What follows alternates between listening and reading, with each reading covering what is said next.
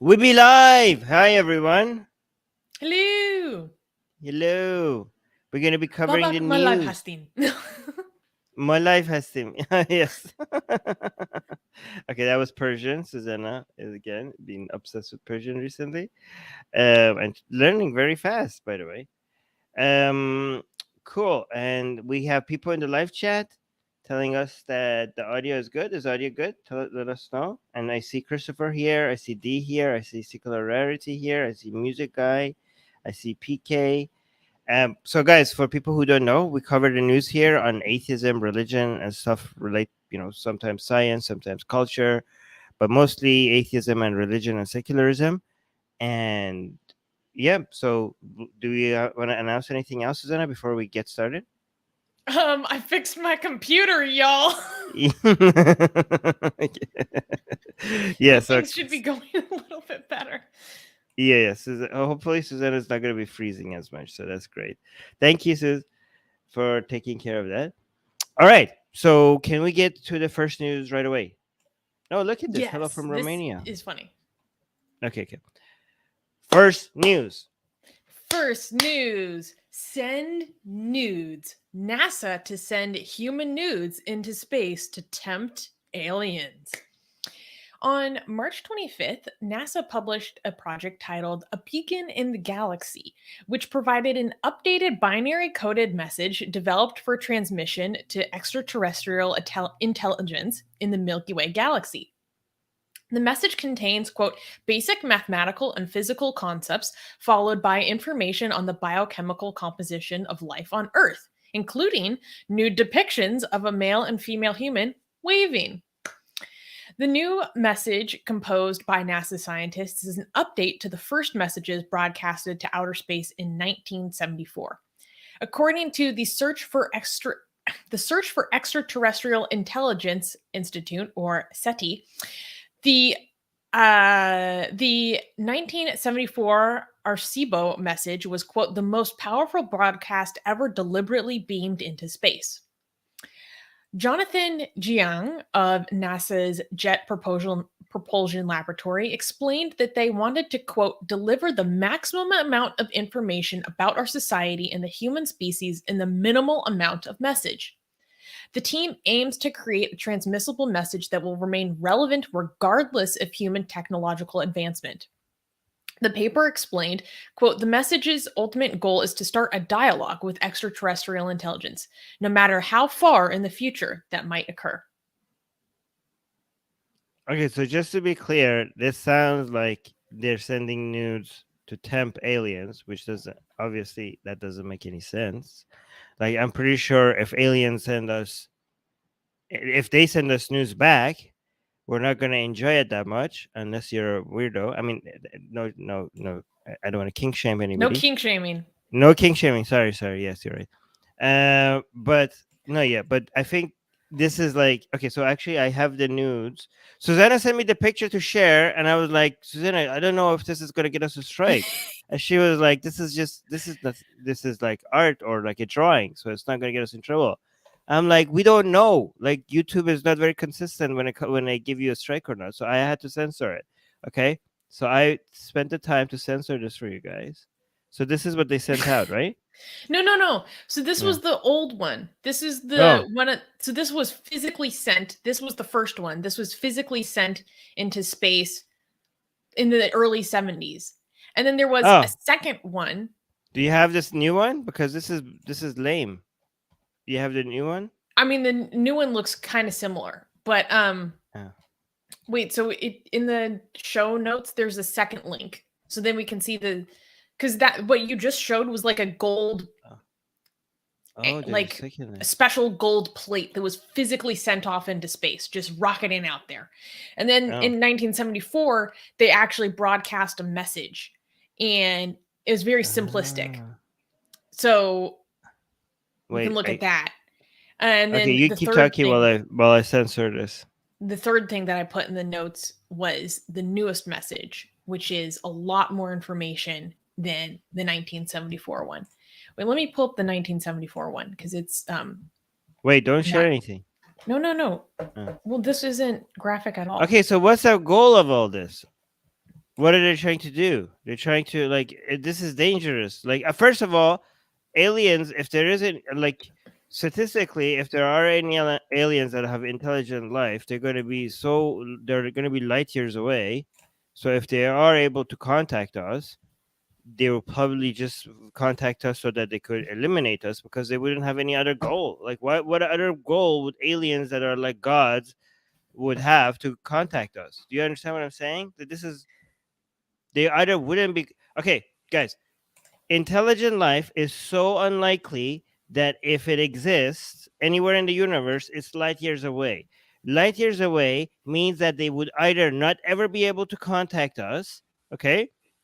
Or if they can travel light years, that means they have godlike powers, okay? That means they could turn matter into energy. That means they have figured everything out. They can't learn anything from us. They wouldn't be interested in us. They wouldn't need energy. They won't need water. They don't need anything, okay? So imagine a species that has that level of technology. If they have only one goal, what would be the only reason left for them to visit us? The only reason remaining for them to visit us is to wipe us out. They would be like, just think about it, what other alternative could be there? No? Am I missing something here? I think, yeah. And we were like, we're giving them the blueprint. Oxymoron is saying NASA is doing bobs and vagines. Yeah. Well, yeah, literally. Actually, here's the other one. I don't know what information is being shared here. So wait, zoom in. So there's lots of stuff here. So this is the most recent one. So in the upper left corner, you can see, I don't understand this form of writing at all, but in the upper left, that's supposed to be like prime numbers. There's lots of mathematical equations in here. On the right side, you can see the depiction of our solar system, and then it shows like the little arrow of where we're located. Yeah, this says bomb here. This is what this says. This is like, hey, you're putting aliens, the target on our back. This is where you nuke us. Exactly here. That's what we're sending them. Oh my god. Yeah, and then obviously below there's like a little map of the world. And then if you scroll down, there's, depictions of different molecules and atoms, different waves, and lots of other like code and stuff that I don't understand. But then finally you see a little waving man and a little woman. Thing. Yeah.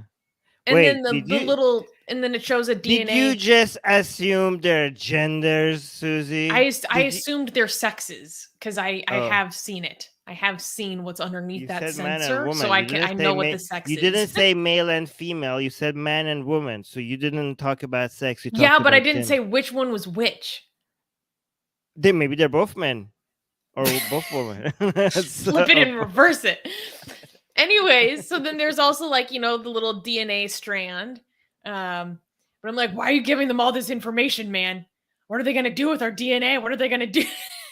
Yeah, I know. Why are you sharing all of this? I didn't consent. Okay. Yeah, exactly, NASA. Why are you sharing our information with other species? We didn't consent. We didn't put you in charge. And the aliens did not consent to receive these nude images. How long have people been saying that it is inappropriate and, in fact, harassment to receive unsolicited sexual pictures? And here we are blasting it out into space.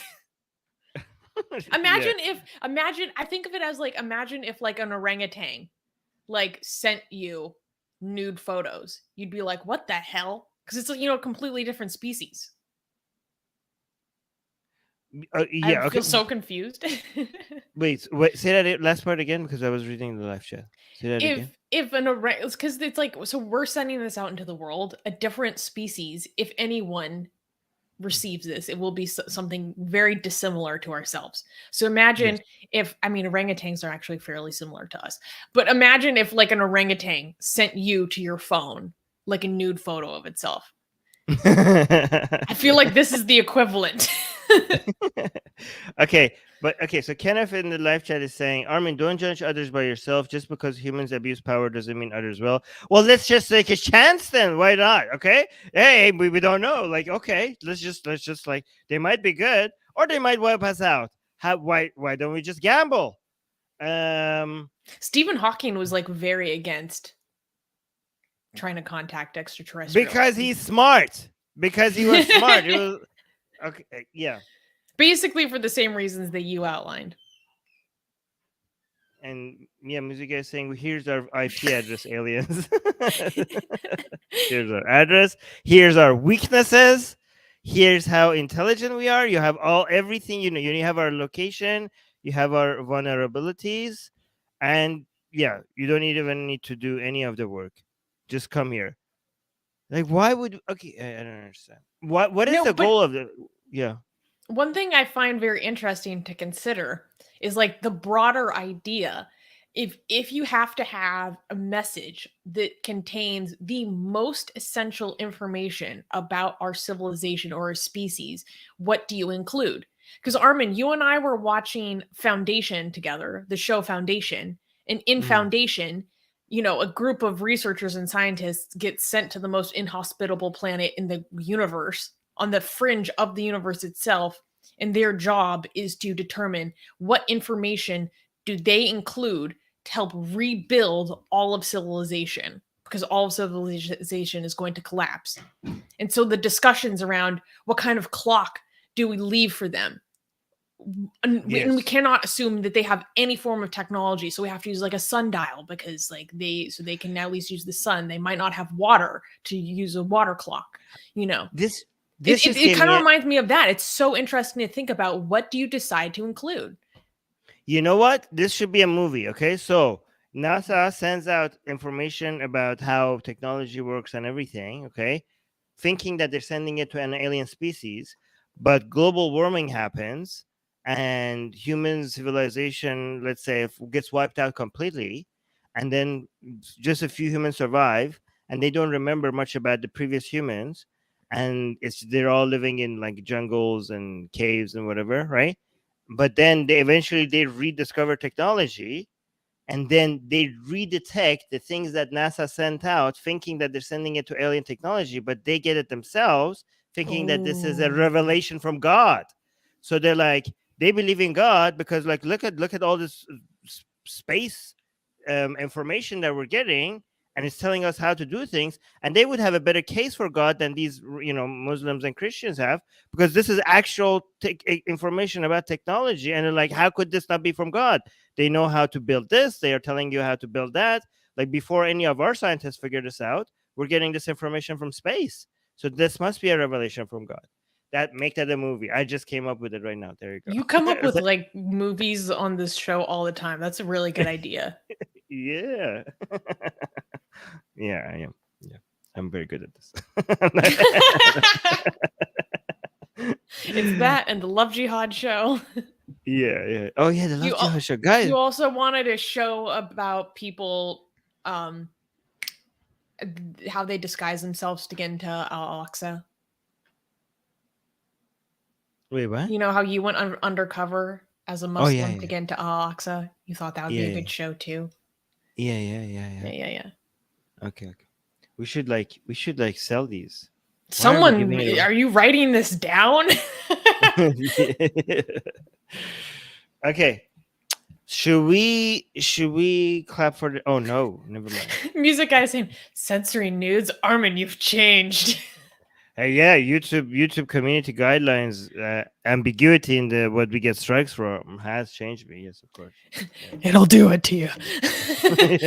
And then Secular Rarity is saying that this is space love jihad. Space.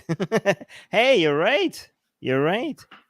Actually, taking love jihad to the stars, baby. No, you know what? Actually, now that I think about it, as soon as an Islamic country gets like a decent space program, they should start spreading Islam into space, just in case aliens haven't heard about Islam. Hey, there you go. There should be a crusade between Christians and Muslims about whether aliens will convert to Islam or Christianity. Like maybe they should compete about the Oh messages that man. they send to space. Yeah, yeah, yeah. Oh my Spread the gosh. good news beyond Okay, Earth. were the Right. aliens always Muslims the way that humans have always been Muslims because of Of course, Susanna. How could you even ask that question? you? You know, That's Allah is natural. incomprehensible. You never know. That's the default nature of everything. Okay, even rocks sajda to Allah. Oh, Susie got frozen again, even after all of that stuff. Is Susie frozen for you too? Yes. India did this. All aliens are born Muslim. It's not just aliens. The nature itself worships Allah. The mountains, the air, the trees, the flowers. That's how you're supposed to talk. Yeah, even a tree. Yeah, see, blank name knows what I'm talking about. The ex-Muslims here know what I'm talking about. But Susie got frozen again, even after she went and completely cleaned her computer and everything. Okay, so let's wait for Susie. I'll just read some live chat while we wait for Susie to get back. Oxymoron saying there's a different Bible and Quran for them with their own Jesus and prophet. Yeah, I don't know the method in which Allah has chosen to bring Islam to aliens, but he would find a way. Obviously, they would have their own prophet. But given that Muhammad is the seal of the prophet, and every living thing eventually has to be no Quran through Prophet Muhammad, I think it would be within God's plan for aliens to eventually find planet Earth, because it's not like Muhammad went there. Muhammad is the seal of the prophet, so aliens should at some point be introduced to Muhammad.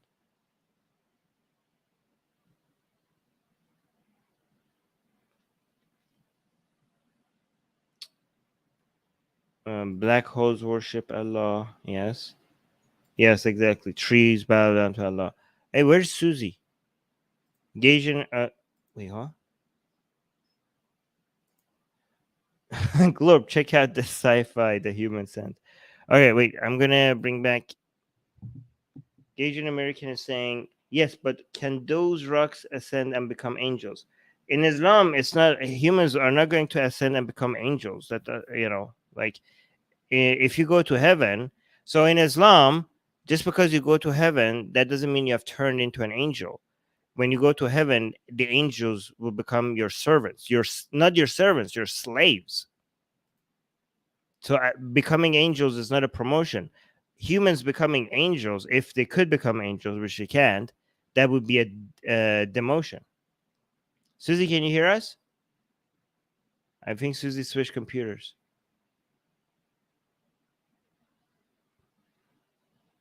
Okay, she's setting everything up. Oh, there we go.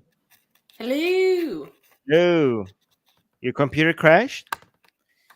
No, now it's my internet. Okay.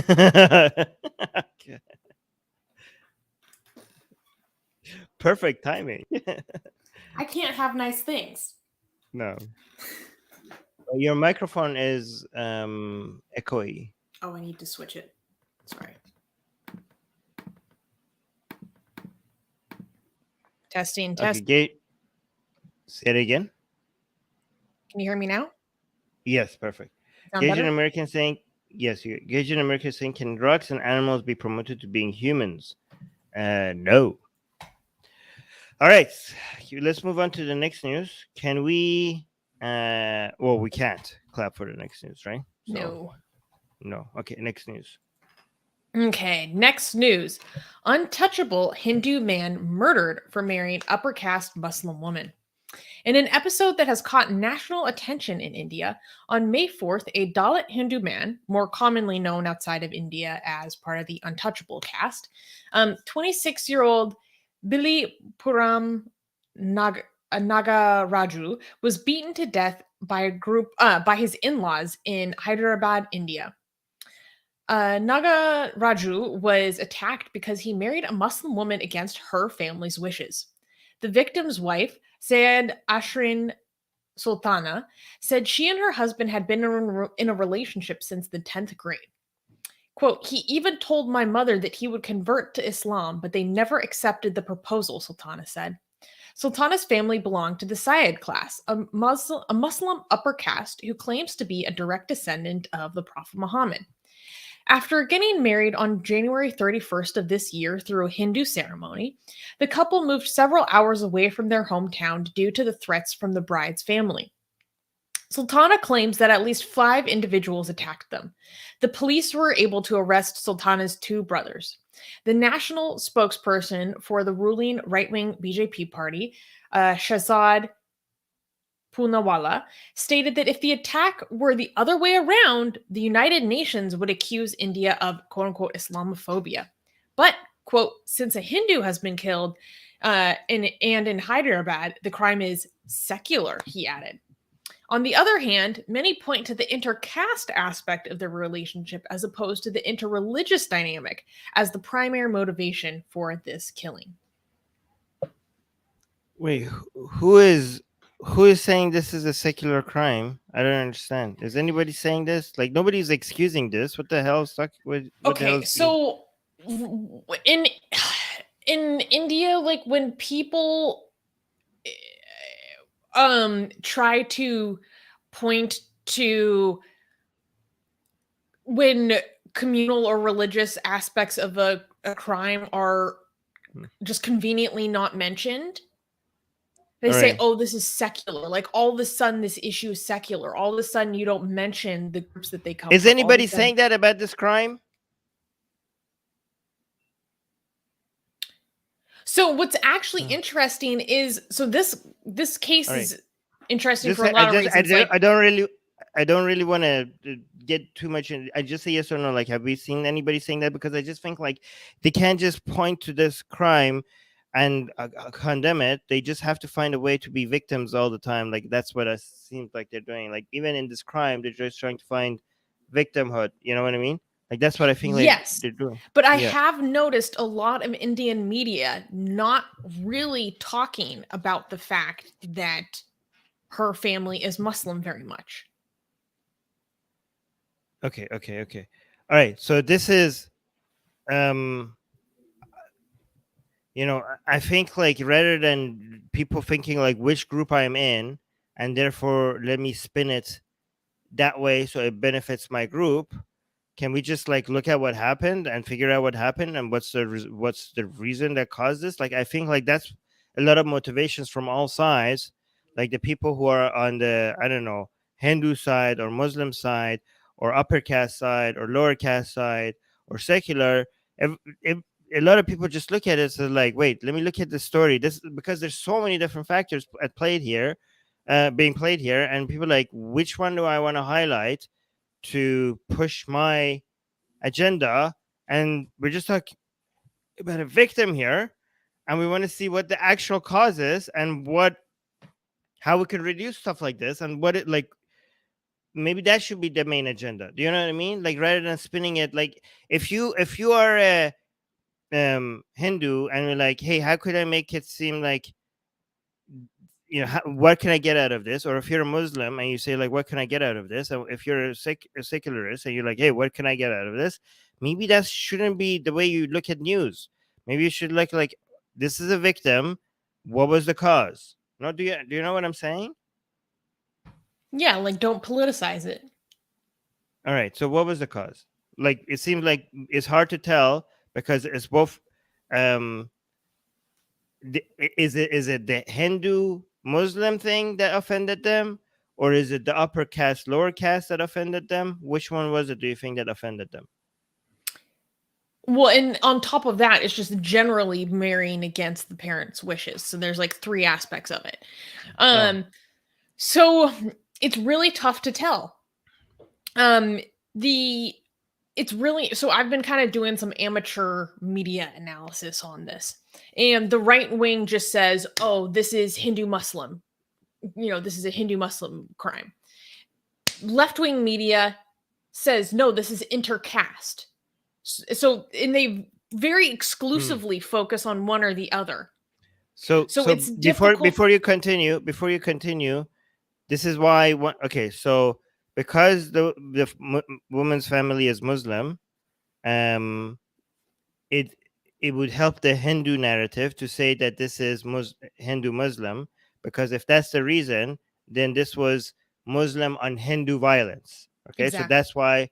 Okay, but if you are like leftist and you want to point to the Hinduism being a problem here, then if you focus on upper caste, lower caste, even though the upper caste family was a Muslim, the whole caste system was inherited by Hindu ideology to the point where even Muslims in India have adopted that, right?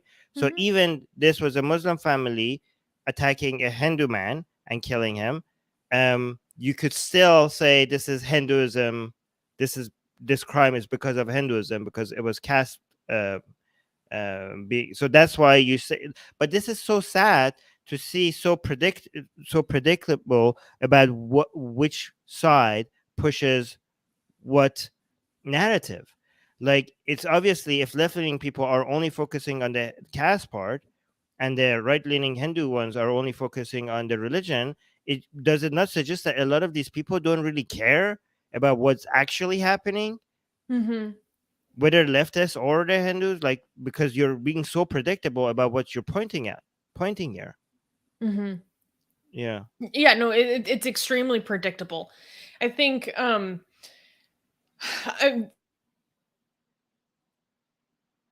it's story is like really sad. They are like a young couple. They've known each other since they were like children. They've been together for a really long time. They dated each other in secret for years and years and years until finally they were really pushing to get married. And like he was willing to convert to Islam, like to marry their daughter. They refused. She survived an honor killing attempt. Her brother tried to kill her for her relationship with, she calls him Raju. Um, and she survived that violence. And then they got married and they escaped. They went to a city, like a city or town 10 hours away. And they were there for a while. And then they were visiting some of Raju's relatives because his family was more accepting. And then when they were traveling in between one of his relatives' homes and then the rental where they were staying, all of a sudden her brothers come up on a motorcycle and possibly other men as well and start just beating him to death. And she has to witness the whole thing. She Oh witnesses the no. whole affair. She's begging people to stop and intervene, like touching their feet, begging them to stop, do something. No one helps her. No one helps him. She has to see him die in front of her eyes. And then now she's like separated away from her family. There's like some government effort to get some other members of Raju's family some work because he was a car salesman and he was like a big provider of the family. And now they don't have that anymore.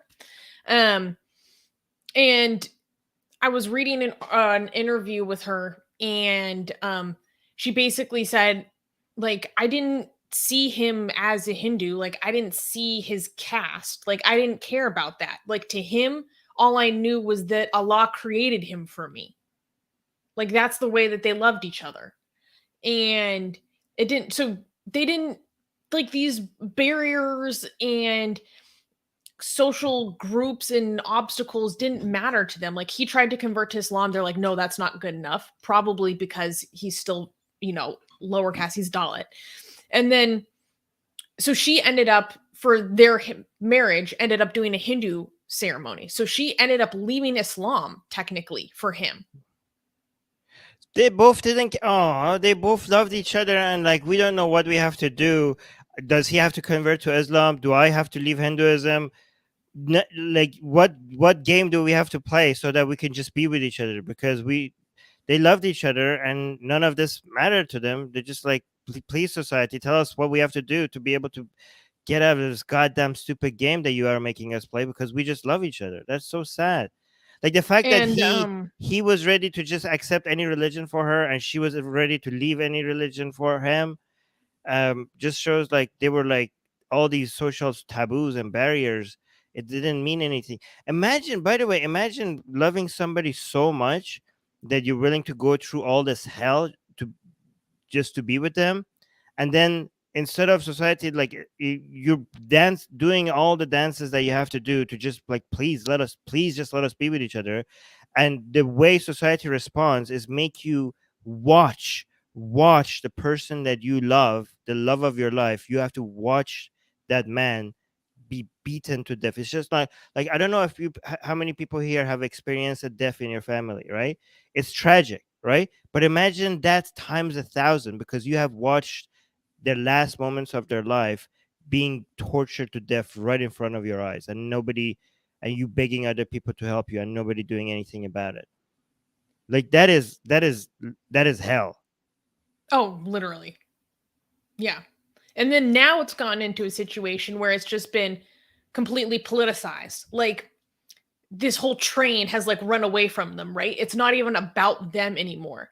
So the local BJP in the area really seized on this issue. They started rallying around them really hardcore. There was a small embedcarite that's like a, for those who don't know, it's like a kind of a Dalit liberation organization. Who Do you tried to think do something for the family, but the embedcarite society was like too small to really get the attention that the BJP was really like pumping into this. Yeah, and Dia saying yes, and this was even done by your own family. Yeah, you're watching the love of your life being beaten to death by your family. That's actually even, yeah. Who previously tried to do the same thing to you. Yeah, Nanda think he could have become a Muslim to marry her. Maybe that could have saved him. No, he tried, but the lower caste, the fact that he was a Dalit, that's that was not good enough for them. And yeah, go on. so when you were asking like, oh, was this interreligious? Was this intercaste? I don't think there's a simple answer to that. Yeah, it's complicated. I think part of what it is that this is so what's evolved in Indian society is that there are many people who are upper caste, but they are low class. So technically they have an upper caste, but because of a lot of dynamics that have evolved over decades and centuries, people who were in the upper caste don't have skills that are as lucrative, whereas actually like labor focused Dalit communities have actually succeeded more. So the fact that they were from an upper caste family, but they were a poor family of fruit vendors, scholars, I was reading this piece written by an academic about this situation and saying like this is a very contentious like social intersection where you feel a sense of angst over how you are supposed to be upper caste, but you experience the struggle of being low class and like not being treated as well because of your low class status.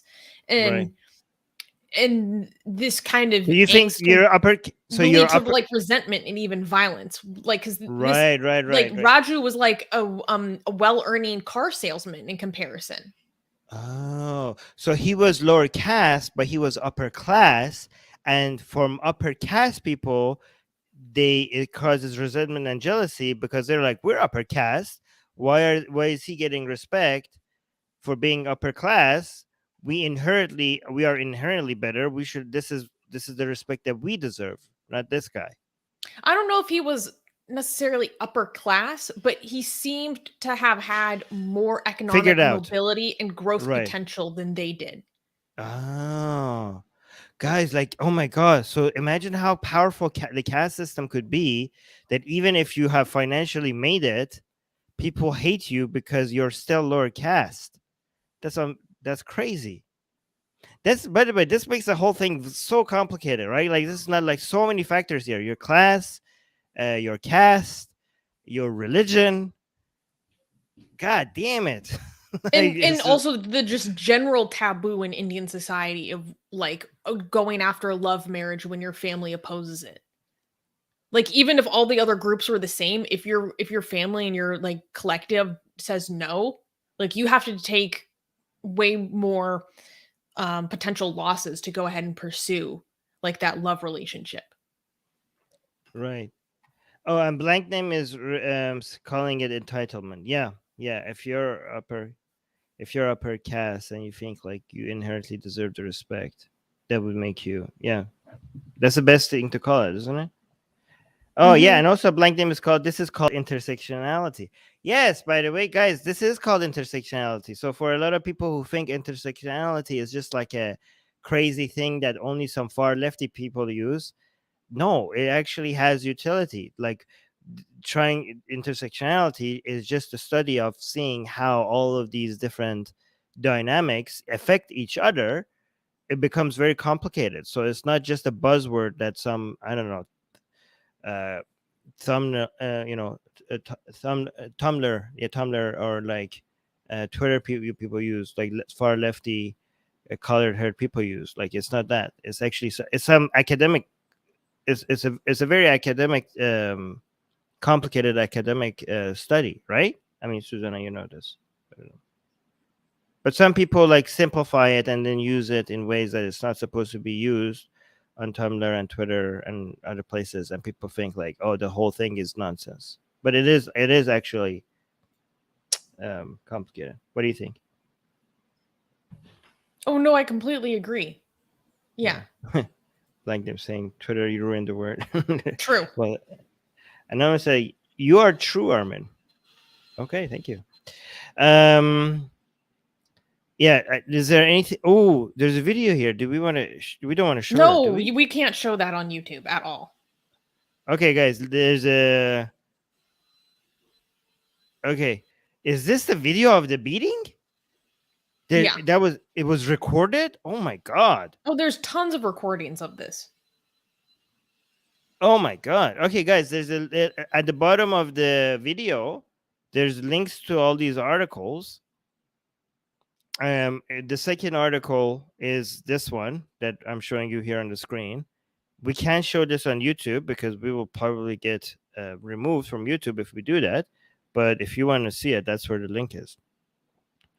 Yeah, I did find it really interesting with this story to think about how I did see a lot of left-wing media like not really digging into the Muslim on Hindu aspect of this crime, which I think is a really missed opportunity because that just breeds resentment. And in their effort to um, be delicate about an issue, they're actually fueling the legitimacy of the claims by the opposition that actually do um, like dehumanize minorities. So I think in their efforts to like protect minorities in the way that they talk about when these types of incidents happen, when it's minority on majority crime, they're actually harming minorities because they're not like being honest and holding them accountable in the same way that they would if it was majority on minority. And yeah, it's just going to like cause resentment. And then people in the majority are going to say, look, they're appeasing them. It's just, yeah, it's really tough. All right, we need to move on to the next news. Can we clap for the next news? Well, we don't like this. All right, that's not. Next news. Okay. Next news. Taliban orders all women to wear face covering burqas in public. On April 30th, Hibatullah Akhundzada, the Taliban chief, announced that women should wear a burqa that covers the person from head to toe, including their face. According to Akhundzada, the new dress code is quote unquote traditional and respectful. The Taliban is slowly imposing severe infringements on women's rights, despite promising to respect and uphold women's rights after taking over. The order instructs all women to cover their face except the eyes, as per Sharia directives, to avoid provocation when meeting with men who are not related to them. The male chaperone of a woman caught showing her face would be warned first, then jailed for 3 days, and if the violations continued, he would face an even stricter sentence. In an attempt to justify the order, the announcement explained that burqas are a part of Afghan culture and have been used for ages. Critics also warned the Taliban leadership that such announcements would scare off foreign aid and delay international recognition of the Taliban government. However, Khalid Hanafi, acting minister for the Taliban's vice and Virtue Ministry said they only want their quote they only want quote their sisters to live with dignity and safety. Mm-hmm. So if you tell the Taliban that, because a lot of people keep saying that, hey, we thought you said you're going to respect women's rights. I mean, I don't understand why people keep saying that, because Taliban keeps repeating that, well, this is respecting women's rights. Like, I don't know how many times do they have to keep saying that for people to understand. Like, oh, they lied to us. They said they're going to protect women, protect women's rights. And Taliban doesn't feel like they've been lying. Taliban feels like this is exactly what we meant. What are you talking about? This is women's rights. We don't respect your women's rights. We have our women's rights. This is Islamic women's rights. And we're doing exactly what we told you we're going to do. So that's, yeah, that would be their justification of this. But I'm actually pretty surprised about how fast they're moving in this direction, because at the end of the day, as much as ideological they are, they need money right now, and they know they need money, and they're not stupid. And this is a bad signal to send to the international world, because a lot of people are waiting for the Taliban to just throw them just a small sign, but like, hey, look, we're respecting some rights a little bit, just so that the international community could be like, oh, so that's good enough. Like, let's go finally invest in Afghanistan for whatever. Because a lot of people are waiting for this, right? And Taliban is just not giving them that. And people are like, oh my God, come on, just give us anything, right? So, and Taliban really needs the money and the investment. So, are they stupid? No, they're not stupid. The reason why they might be moving in this direction fast, is because the internal struggles they're having, right? It's not just, I mean, as much as it's a huge threat to them that investments are not coming in and people are going to be angry and poverty is going to, like, maybe eat them from within. The greater threat is other Taliban members who are going to be upset about not upholding Islamic values. So poor people and instability in Afghanistan is a threat to Taliban, but other angry Taliban members are a bigger threat, right? Maybe. So again, they're not idiots. They're just assessing which is a greater threat. And I think they're responding accordingly. Does that make sense? Oh, it makes complete sense. I think, yeah, it's oh my gosh, it's so rough. It's really interesting to see like the reactions from people in the West about this. But what drives me crazy is that when they say, "Oh, well, this is," in people in the quote unquote West, I don't know what the hell those means, anyways. Okay, people outside of Afghanistan think that the burqa is traditional Afghan clothing. It's not. It's not. Like, traditional Afghan dresses are so stunningly beautiful. I actually got sucked down a wormhole of looking at them on Instagram the other day, to the point that now Instagram is recommending me Afghan dressmakers in my advertisements. Cuz they're so colorful and they have such beautiful intricate beadwork and like little bells and reflective pieces. They are extremely eye-catching. Not something that is not supposed to be looked at, like what the burqa is doing. You're not supposed to be looking at that.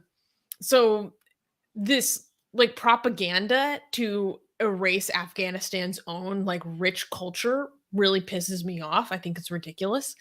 Um, Also, I thought it was very interesting that if a woman is seen showing her face in public, it's her male chaperone. It's her guardian that gets punished, not her. Right. Well, What do this you think is about that, Armin? it's very clever, because you're saving money by turning the men in your family into free policing, Mm, right? So instead of like spending more money on policing women, you just add a law and you turn every man in the family into, executing, about the laws of the country for free for the state. And if you think like, oh, good, they're not punishing the woman, they are punishing the woman, they're getting the men to punish the woman if they misbehave. And as cruel as the Taliban is, given the men in the family have a lot more free hand on how to punish the woman, because there's no observers in, at least when the Taliban does it, the international community, like, people are watching the Taliban. There's a lot of reports on what's happening to Taliban. If a Taliban beats a Mm-hmm. woman, there's going to be a lot of eyes on that, right? But if you get the men in the family to to tell them to punish the woman if they misbehave, then it's happening behind closed doors. And men in many men, not all, in Afghanistan could be even more brutal than the law, even if the law is Taliban. Just as I just want to show you what Susie was talking about. Yay! Like, okay, Yes! I think this is a good example of This is my traditional. jam. This is traditional Afghani clothes, right? Yes. Yes, Yes. it is very colorful. Mm-hmm. Yeah. It just, oh my gosh. And also, there's this beautiful dance that Afghans do. It's called the Atan. The Atan. Oh my gosh. I love watching the Atan. And it just makes me so mad to think about, like, because a lot of regions in Afghanistan, like, celebrate Nowruz. How many, like, the systematic erasure of your own culture. It's kind of like a self-cultural genocide. It's crazy. Like, think about, oh, well, men and women can't even dance together on Nowruz to dance the Atan, you know? Um, Also, it should be noted that there are regions, while we happen to be talking about the Taliban. Yeah, and then this is what they want instead. Hey, this is better than the blue thing that they had before. This is a new. The old Taliban outfit looked blue.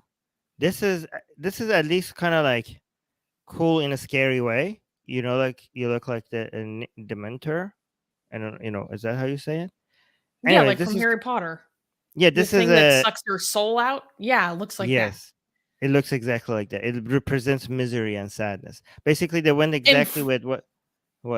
I mean, a lot of women I know personally who have had to wear that, they say, yeah, it does suck your soul out. Yeah, actually, think about when in fiction, when they want to represent, absolute sadness and misery, okay, something that sucks your soul out. This is the depiction they go with, right? So what does that tell you? Okay, here, this is very low res. I wasn't expecting that. I will find something better. But what does that say about your, how you're treating women, when what you make them, the clothing that you pick for them, is exactly what other people have used to depict absolute sadness and misery? Like, what is that going to do to the psyche of the woman in Afghanistan, right? This is exact. Look, it's almost It's exactly the it's same. it's literally the same. Oh my god, it is exactly the It's same. literally the same as the Grim Reaper. Like, What the hell? holy And cow.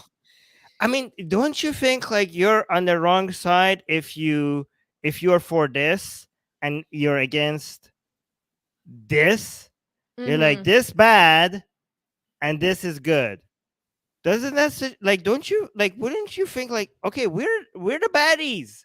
We're the baddies in scenario. We like But they this openly say that and they are we on the hate it. side of death against life.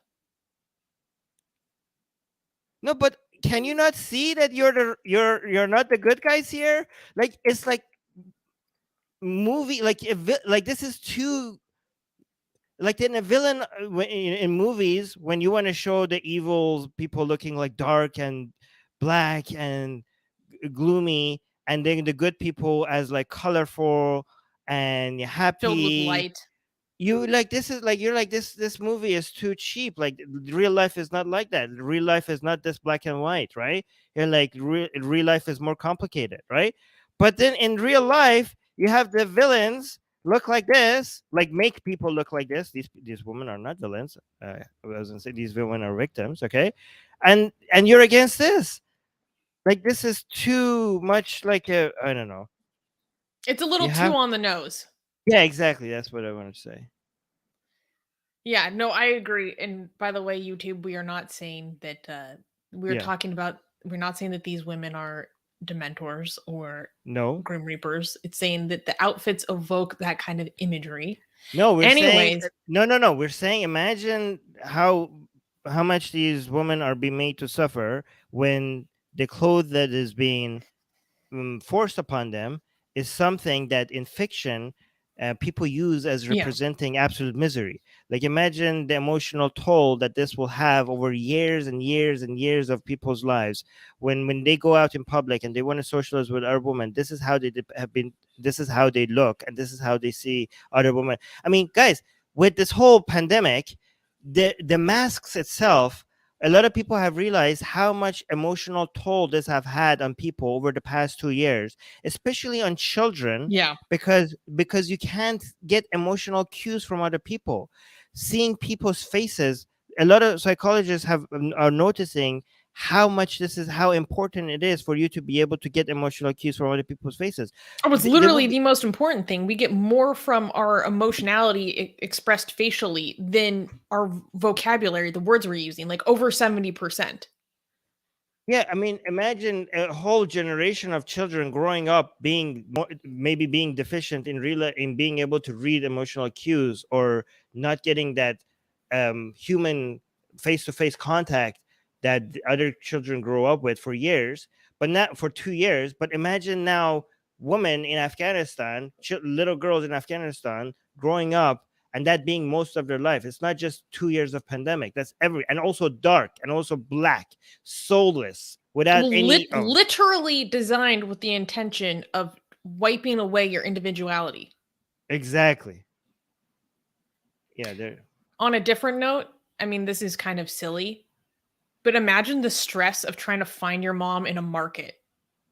Like you're a little kid, you're in the market, you get separated from your mom, and you have to try to find your mom when everyone's wearing a burqa. Like the Oh, stress. I want to show this one actually. This video is so.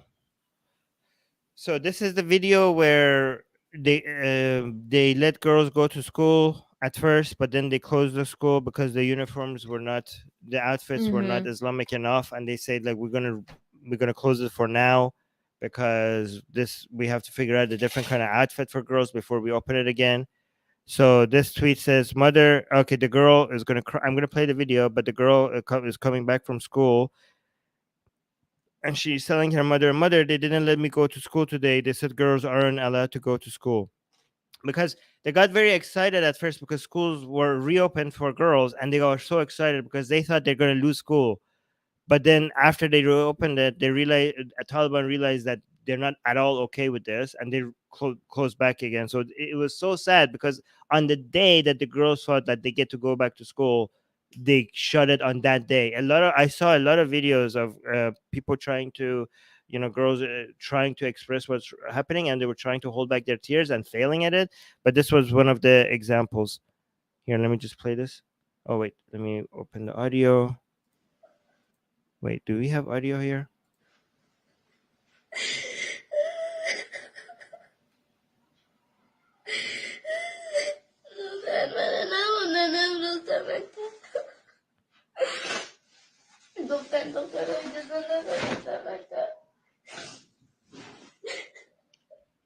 No.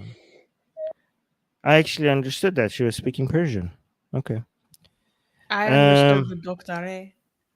Oh yeah, you understood the doctor. Yes, she said they said girls aren't allowed to go to school. Look how she's so sad. I've never seen children being so eager to go to school as much as I've seen Afghan girls showing so much eagerness.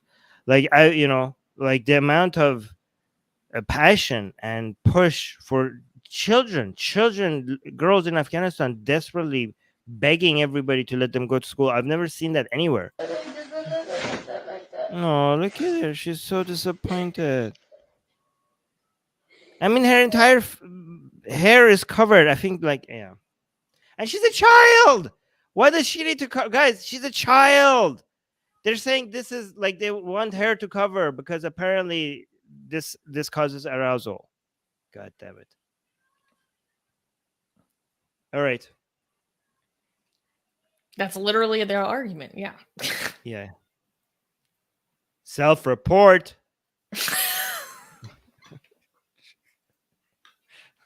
Someone called the FBI. Oh my god. All right. Oh wait, let's read this one because we should. You want to read this one by Secular Sakai? The NRF just opened a renewed front against the Taliban in Panjshir. Yeah. I saw that. I don't know if they have any chance, but yeah, I did see that. All right. Can we clap for the next news? It's kind of silly. We don't approve of this, but it's like it's not as bad as the last news. All right, let's just clap. Nobody died, right? Nobody died. Next news. As far as we know, nobody died. Welcome to Atheist Republic. Okay.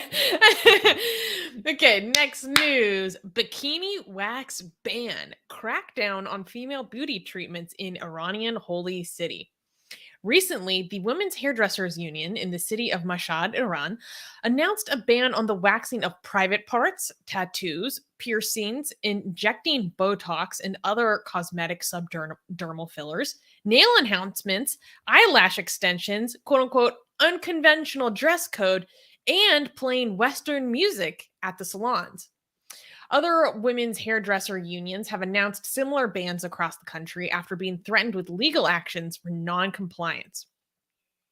Many attribute this restrictive measure to the many hardliner clerics that live in the holy city of Mashhad and are notorious for their efforts to police women. The Iranian government is known for its long history of controlling women's dress codes. Syed Ahmad Alamol Hoda, a senior Islamic cleric in Mashhad and father-in-law to the current president, Ibrahim Raisi, urged people to admonish women with quote-unquote poorly fitting hijab, going so far as to say that they should not feel secure. This is not the first time salons have been threatened with legal actions from the government. Back in 2015, there was a crackdown on men's styles. Homosexual and devil-worshipping hairstyles were banned, along with tanning, tattoos, and plucked eyebrows, all of which were deemed un-Islamic. I don't understand. Okay, I think I know my Islam more than Alamul Huda, okay? Because there's absolutely no way that waxing private parts. Okay, I'm going to defend Islam here, okay? Let's go for it. There's no way that it's Islamically haram for you to wax your private parts because it's in the name. It's your private parts. Like it's not, it's not the part that people are going to see in public. So there is no way that this is haram for you to do. Not only it's not haram, like seriously, these people are it's hard to be more ridiculous than Islam, but these people are managing to be more ridiculous than Islam, okay? I don't usually defend Islam here, okay? But in Islam, you're told that you could do things that sexually arouses your husband, okay? So why would they ban this? Like if a wife wants to go, if your husband likes it waxed, and why they're banning these places from waxing? I mean, it's a woman waxing you, so what the hell is wrong with that? And you're doing something that is Islamically prescribed for you to do. You're like, my husband likes this. Like, why is this illegal? Islam tells you to do the things that your husband likes. So why can't a woman go get the wax? I gotta understand. Like, what the hell? I mean, I don't understand either, but that's actually fascinating commentary. I hadn't thought about that.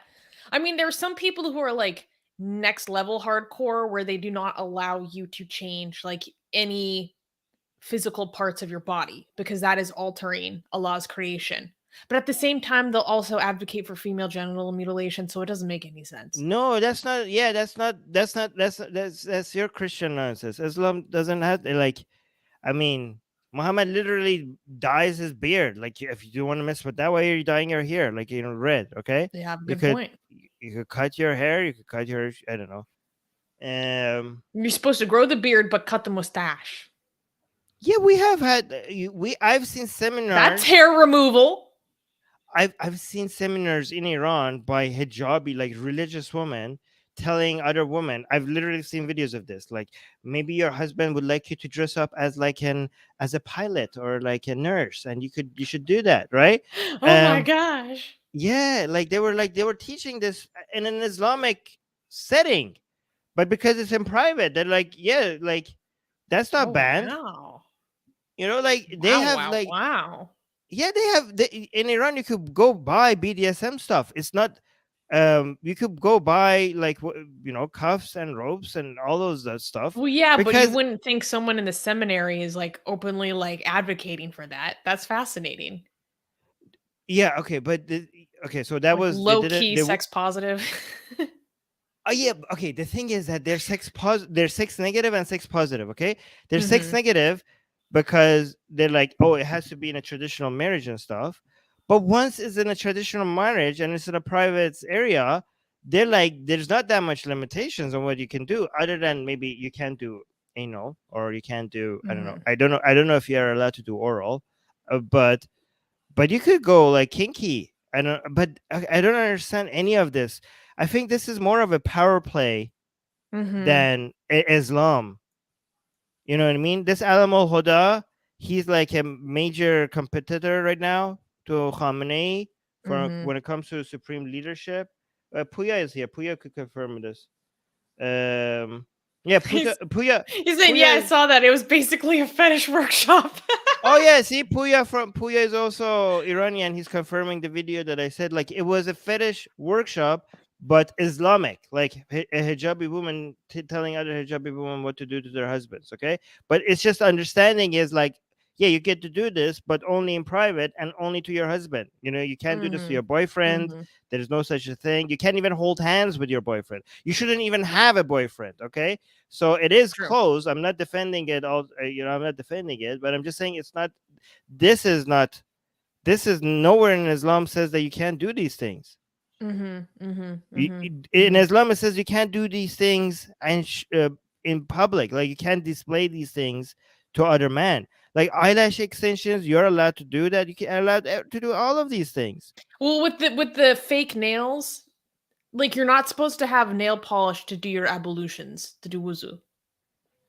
What is that Yeah, real? nail polish is haram. Okay, but so no, nail polish is not haram. Even if what you're saying is true. So you're saying, okay, so you know more For about this for than I for do. prayer. You can't have it on for prayer. Yeah, but you could wipe it off and then do your ablution and then you could put it back on again. Mhm. So I didn't actually know this. I'm learning something from you. So the water has to touch.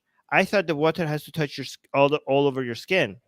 I didn't know it has to touch your nails. So Oh you're yeah. saying okay, so you're saying the nail polish because it makes the water not be able to touch your nails. That's the reason why they're against nail polish. But what Well, a if lot you? of women also have to go barefaced. They have to take all their makeup off to do their Mm, prayers as well. I don't know if everyone does that, but I know a lot of Muslim women do that. Because like hijabi makeup girls make jokes about how they did a full face of makeup and then realize that they have to do like, yeah. Wait, but can you translate this post oh, that Puya, say I'm not just an Iranian. I'm also from Mashhad. Oh, Puya has hey like in the house directed from represent? Mashhad. Yeah. Wait, can Um. you scroll down and translate this post from Masia Linajad? I love Yeah. So the this is picture that she posted. The lady's face, like, ugh. Yeah, so this is Alam al Huda, and he's like, he looks like okay. So if you want to remember this guy, he's basically like Islamic Santa Claus. Santa. He Yeah, looks Islamic happier Santa, than most of the other clerics, at least and in he's a that photo. Sayyid. You could tell he's a Sayyid, right? You know Of how you course, know, because right? Yeah. Okay. his Amamite is Okay. black. Yeah. Okay. So guys, if you see the turban, if it's white, he's not a Sayyid, but if it's black, it means that he's a Sayyid. That means he's a descendant of. They claim that he's a descendant of Prophet Muhammad. Okay, Mhm. so that's how you could tell. Okay. Oh my god, I have to translate all of this. Okay, maybe not Uh, all of it. He said فاطمه سالارزاده رئیس اتحادیه آرایشگران زنان مشهد ضمن تایید ابلاغیه منتصف. Oh my god, this is too long. به این اتحادیه در رابطه با عمل برخی ممنوعیت‌ها در سالهای زیبایی شهر مشکل. Okay, so this official woman said from از سالها گذشته طرح ممنوعیت برخی از کارهای زیبایی در آرایشگاه مشهد مطرح شد. Like this was a long time coming. This has been discussed for a while. For this reason, some of these bans. Okay, this is just a formal declaration of why they're putting these bans, and they have the discussion. Mm, Yeah, it's not that. Yeah, it's basically the things you said. okay. Wait. At the very end, he said like, why? Okay, they said that why would in the city of Imam Reza? So for people who don't know, the city Mashhad is one of the most religious cities in Iran. Which is a city where the shrine of the eighth Imam of Shias are, like Imam Reza. It's the only from the 12 Imams. It's the only shrine that is within the borders of Iran. So it's the only Shia shrines. All the major ones are in Iraq.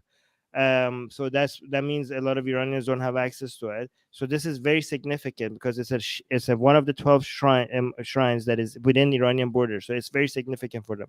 So they're saying why would we allow women walk around with nail polish and epilation? What is epilation? Oh, epilation. Epilation What is a is way of removing hair. It's like threading, all kind right? of. Like why would we allow nails, fake nails, and epilation? Um, Epilation. Epilation in the city of Epilation Imam. is how you say it in English. Yeah. So they're like, why would we allow fake nails and epilation in the city of Imam Reza? Like they're like these two Dutch don't go with each other. That's what they're saying. By the way, guys, this is a major power play. Right now there's three candidates that we could think of for who's going to be the next supreme leader of Iran. If there's anyone other than these three, like that's like would be amazing because we can't think of anyone else. It's either Raisi, the current president, or Mujtaba Khamenei, which is the son of Ali Khamenei, who's the current supreme leader, or this Iran Santa Claus, right? Alam al Huda, which is the main guy in the city of Mashhad. He's the most holiest person, and he's the father-in-law of Raisi, which is the current president. Okay, so sometimes these bans are not about Islam; they're about showing authority, showing that you could have laws put in place that are separate from the laws coming down from somewhere else, like exerting, displaying your authority and putting it up for display for people to see how much of an influence you have, or just making noise so for more people to be against you and more people to come in defense of you against the people who are criticizing you and causing tension and rallying up your base. Okay, so this is a huge display of power, but this guy, I think if that's what he's doing, he needs to be careful because so far everybody who had challenged Khamenei for power has been eliminated, and I'm not saying eliminated as in they don't have power anymore. I mean physically, like they're dead. They be dead. Okay, so it's a very dangerous game that this man is playing, and he has to be careful. But he has, from all the candidates that could be the supreme leader, this man has the most dedicated following. So the other ones have more political power, but this guy has more religious authority. This man has much more religious following and religious authority to the two other candidates. So that's why he you need to keep an eye on him. I think he has more religious authority than Khamenei himself. Khamenei himself, yes. Yes. To be honest. Abdullah Samir is here. Hey. He's saying everyone and their uncle is a Syed. Yeah. Guys, Yes. go subscribe to the Friendly Ex-Muslim on YouTube if you would like some great ex-Muslim content. It is it's a different flavor than what we do here. We love Abdullah. Yes, In fact, not definitely. only we have ex-Muslim Sayyids. Do you know who our Sayyid is? Muhammad Sayyid. No, Ali Abd- Rizvi. Ali Rizvi is a oh yeah, Sayyid. yeah. Oh really? Well, is Yeah, Muhammad Sayyid also a Sayyid? I don't know, but Okay, okay. Razib Khan genetically confirmed that Ali Rizvi is a Sayyid, like Oh, okay, legit. okay. I don't think you. I don't think you can confirm that. Okay. It's all made Well, up. It's guys, all go made up. check out the Secular Jihadist episode where Razib and Ali talk about like genetics and also being a Sayyid, all this stuff. By the way, I'm also a descendant of Muhammad, but I'm not a Sayyid because my grandmother was a Sayyidah, which means a female Mm, Sayyid, a female who's born from a Sayyid. So technically, I'm also a descendant of Muhammad, but it doesn't count because the woman in it's your maternal. family, it doesn't pass it down through the female members of your family. But if you add up all the people who are also a descendant of Muhammad, but they're not called a Sayyid because their mother or their grandma was a Sayyidah, then everybody is a Sayyid. Like, almost everybody becomes a Sayyid. Well, yeah, again. Anyways, I'm a descendant of the Prophet. And also, Queen Elizabeth is Yes, also a descendant of the Prophet Muhammad, apparently, as well. So there you she's a go. Sayyida. Yeah. This Yeah, is the see, Priya. real love jihad. True, true. Yeah, guys, definitely go check out the channel, the Friendly Ex-Muslim. Some really great content. I learned a lot from Abdullah. Yeah, he's like the sweetest man. Yeah. All right. Can we clap for the next news? We don't like it, but again, it's not a word. Let's clap. Nobody died. No one died. Nobody died. Nobody was molested either. Wait, hold on. Okay. Okay. Next news.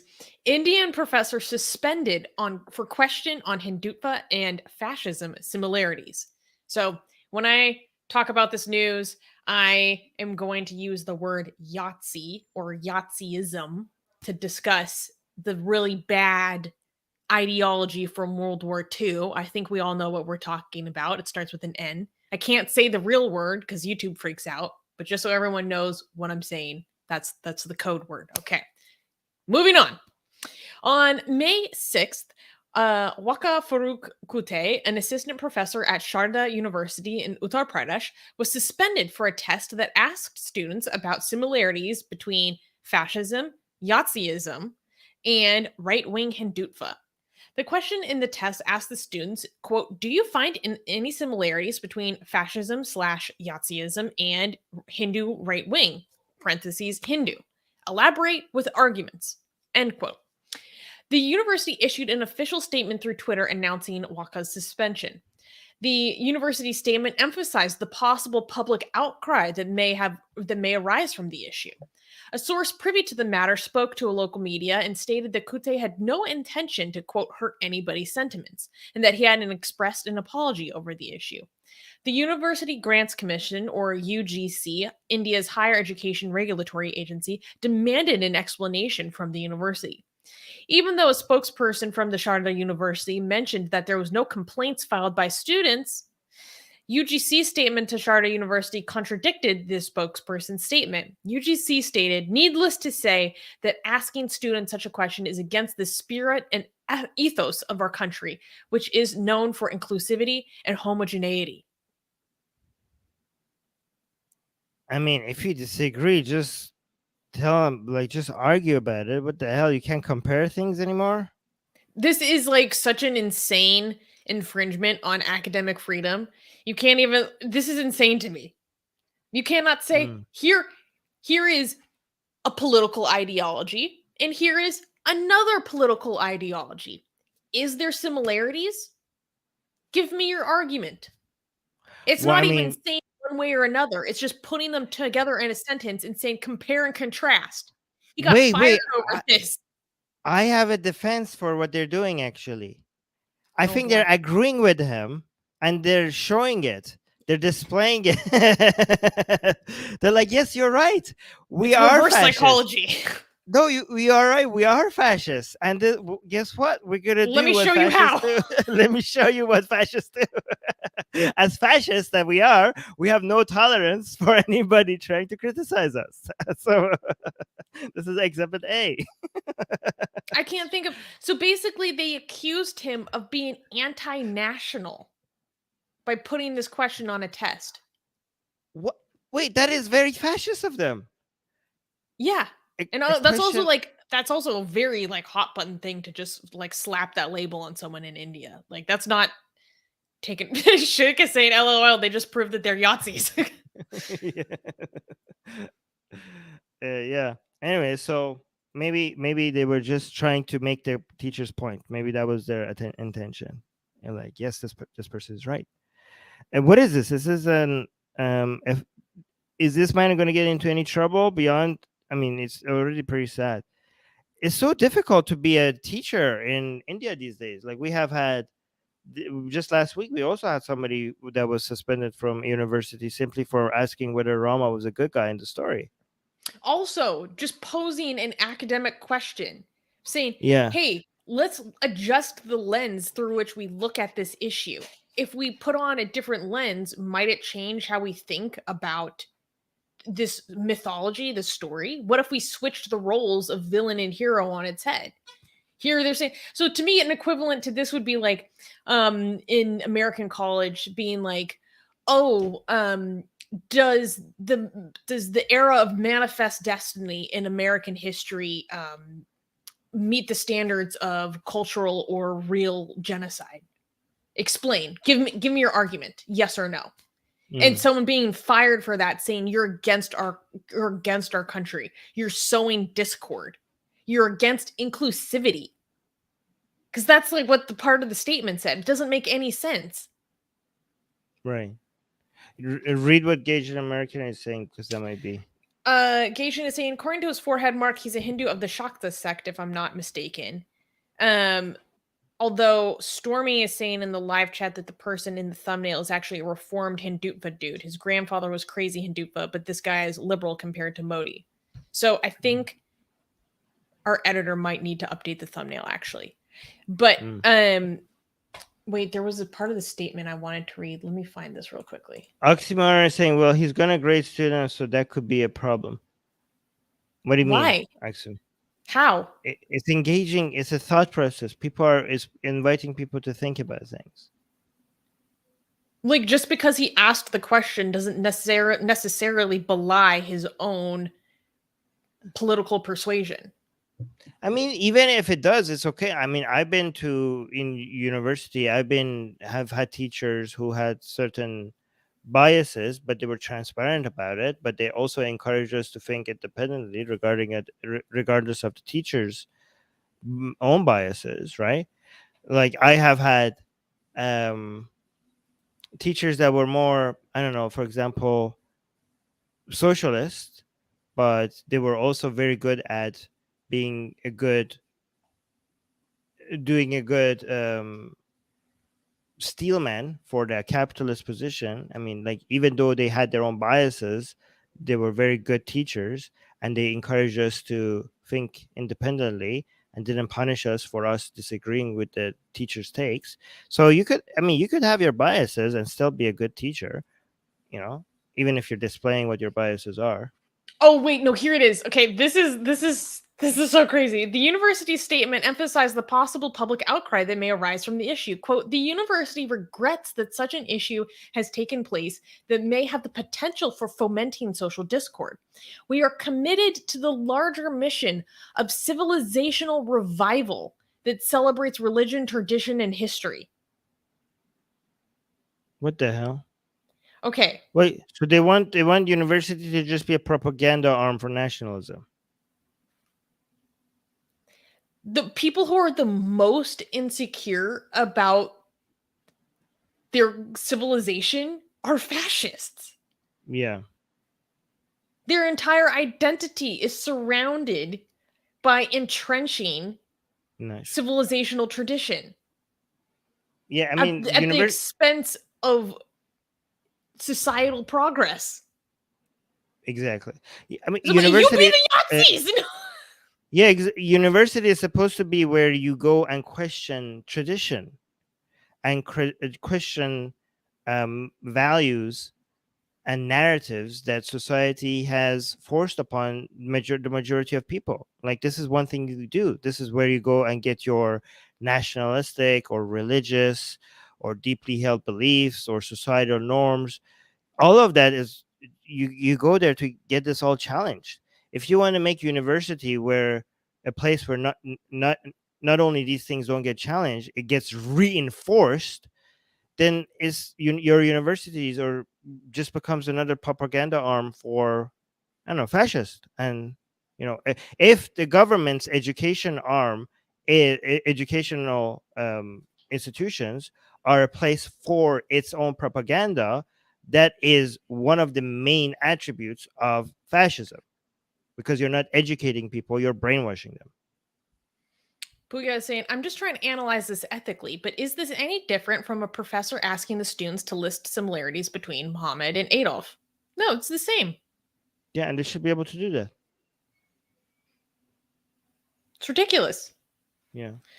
And I just want to point out that Abdullah Samir is agreeing with me and my very good point, and saying fascists are deeply insecure. It's quite an irony. Well, I mean, it's an irony because insecure people try to display strength a lot, Obsessively. like obsessively. So that's what makes it ironic. What is this? Oh, here, read this one. This is pretty good. Gaysian American, you're saying it perfectly. He's saying secure civilizations don't need to use force or coercion to propagate. Oof. Juicy. Perfect. Perfect statement. Oxymoron is saying which traditions though you cannot question in Indian universities. LOL. Well, what you're saying right now on the screen, and the same ones that we're showing, that these are the ones that you can't question, or the ones that we showed last week where somebody was questioning whether Rama was a good guy or not, and she got fired. So I don't know what you're laughing about. We're literally showing you the examples. Yeah.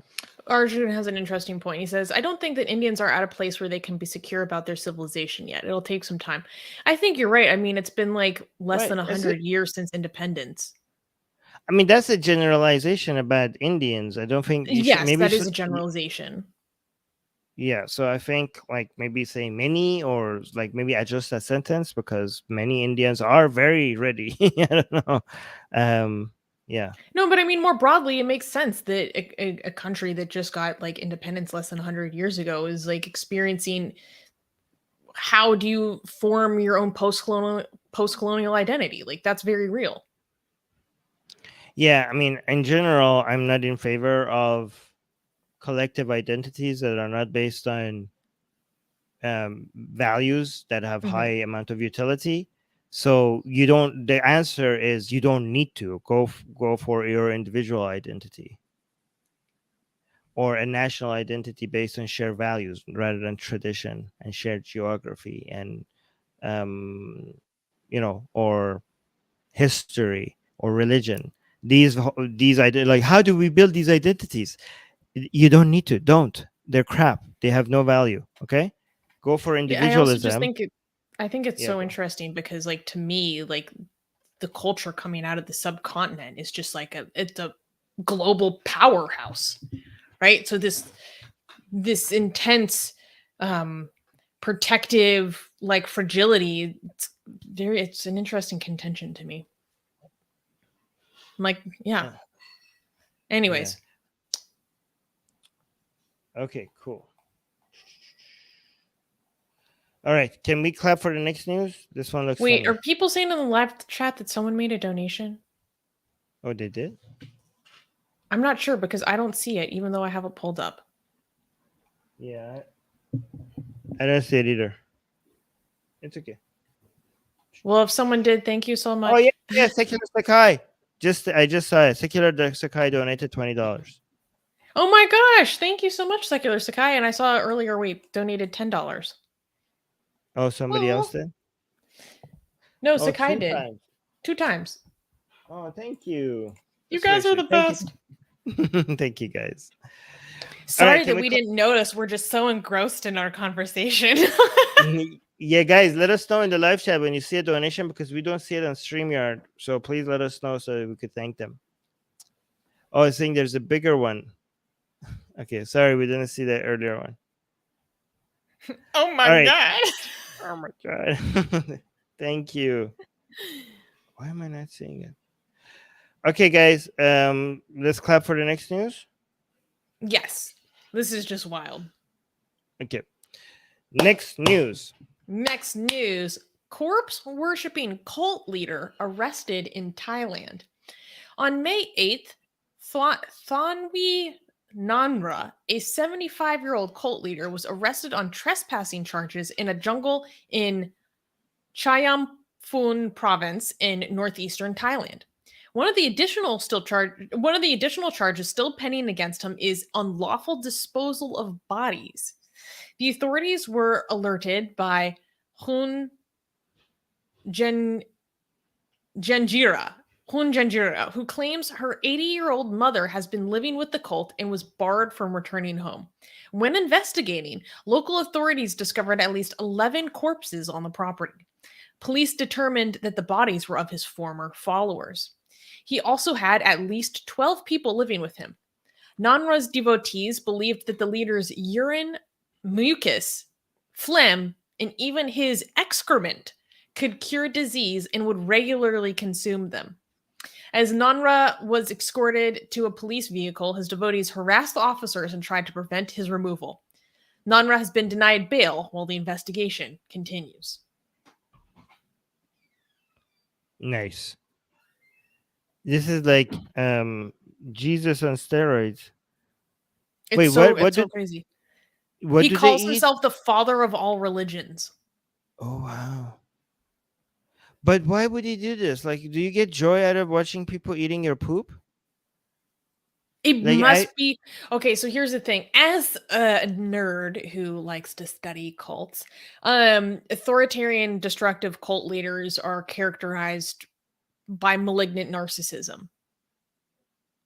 So I think it is like an ego trip. I think it's like an ego trip fetish kind of thing. right. I mean, if you're a cult leader, why not use that to your own advantage? Why do you ruin it by making people what? Oh, wait a minute. I don't want to shame anyone. No kink shaming here. If you're into that, maybe he's into that. Okay, don't kink shame the man. Anyways, was this? Sorry.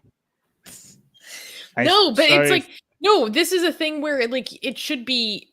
This should be shamed because these people were under undue influence. They were Right. coerced into doing this. No, Right? no. But I And the was dead judging. bodies that were found on the property were people who had partaken in these rituals and died as a result of it. There were children who were found dead because they were consuming this Oh my man's bodily fluids. They died from eating poop.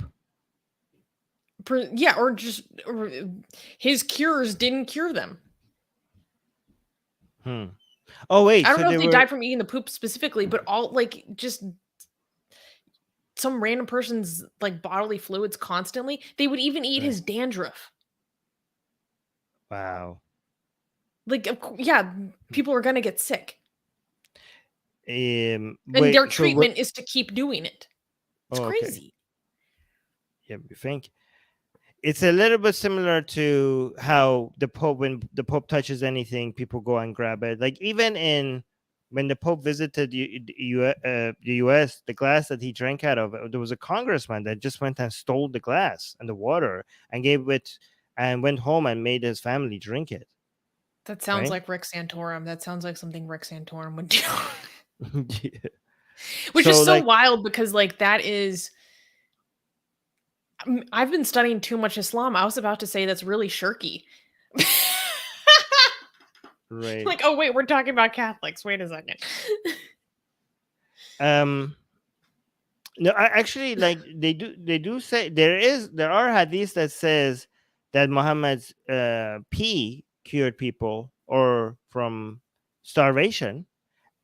And they would do weird things with his spit as well. Abdullah, are you still here? Abdullah would know about this. There's hadiths about what they would do with his spit. Yeah, so guys, what I'm trying to say is that you might think like this is a bizarre, weird cult that is very unique and specific, but I'm telling you that what I'm trying to show you is that this kind of weird beliefs exist in major religions as well, right? Oh yeah. Catholics have that a lot, right? Mm-hmm. And in Shia Islam, we also have that a lot. And also in Islam as a whole. Like again, Muhammad, we have hadith, I think, if I remember correctly, that was said that drinking Muhammad's pee would make you never starve ever again. If I What? remember this correctly, yeah. So there's that hadith. Um, yeah, and we're also told, like I don't know, in heaven, people's fart smells like perfume or so weird stuff like that. Oh, Muhammad's farts also smelled like perfume, apparently. Shut up. Yeah. Okay. Oh my gosh. Yeah, Yeah. Abdullah is confirming that people would take his spit and rub it on their bodies. So gross. Takes whose spit? Muhammad's spit? Muhammad. Yeah. Why would he just voluntarily give out his spit? Like he would like Mama, can you give us your spit? And like, yeah, sure, here. Like he would do that. Well, Jesus took his spit, rubbed it in dirt, and he put it on a blind man's eyes and cured his blindness. Okay. Well, I mean, He was at least that performing did miracles something. with his phlegm. Can Muhammad Uh, do that? I don't think so. well, Muhammad sucked his daughter's tongue. Oh, excuse me? Yeah, I mean, he did. He did that Pause. too. Oh, you didn't know that? There's I hadith have a on vague that. recollection, but when you put it like that. Yeah, and he also had some obsession with his own daughter's breast, I think, if I remember correctly. Oh my lord. Um, Abdullah, correct me if I'm wrong about any of this. I do remember Muhammad like really like sucking children's tongues a lot, including his own daughters, and I think Ali as well when he was a child. Yeah, Um, they would kiss like a lot. no, just sucking sucking his tongue. That's what he would That's do. so specific. By the way, this is guys. This is hadith. I'm not encouraging any of this. This is part of Islamic hadith. Okay, so like YouTube, please don't strike us. Abdullah saying daughter. You mean his nephew? No, I'm talking about Fatima. Fatima, his daughter. Oh yeah, Hassan and Hussein as well. Oh my God, nobody was safe. I remember. I remember there also being riwayat about. This is gross. Maybe I shouldn't say this. Yeah, no more. It's underarm smelling between Ali and Muhammad was also a thing. This man was a freak. Hey, don't shame.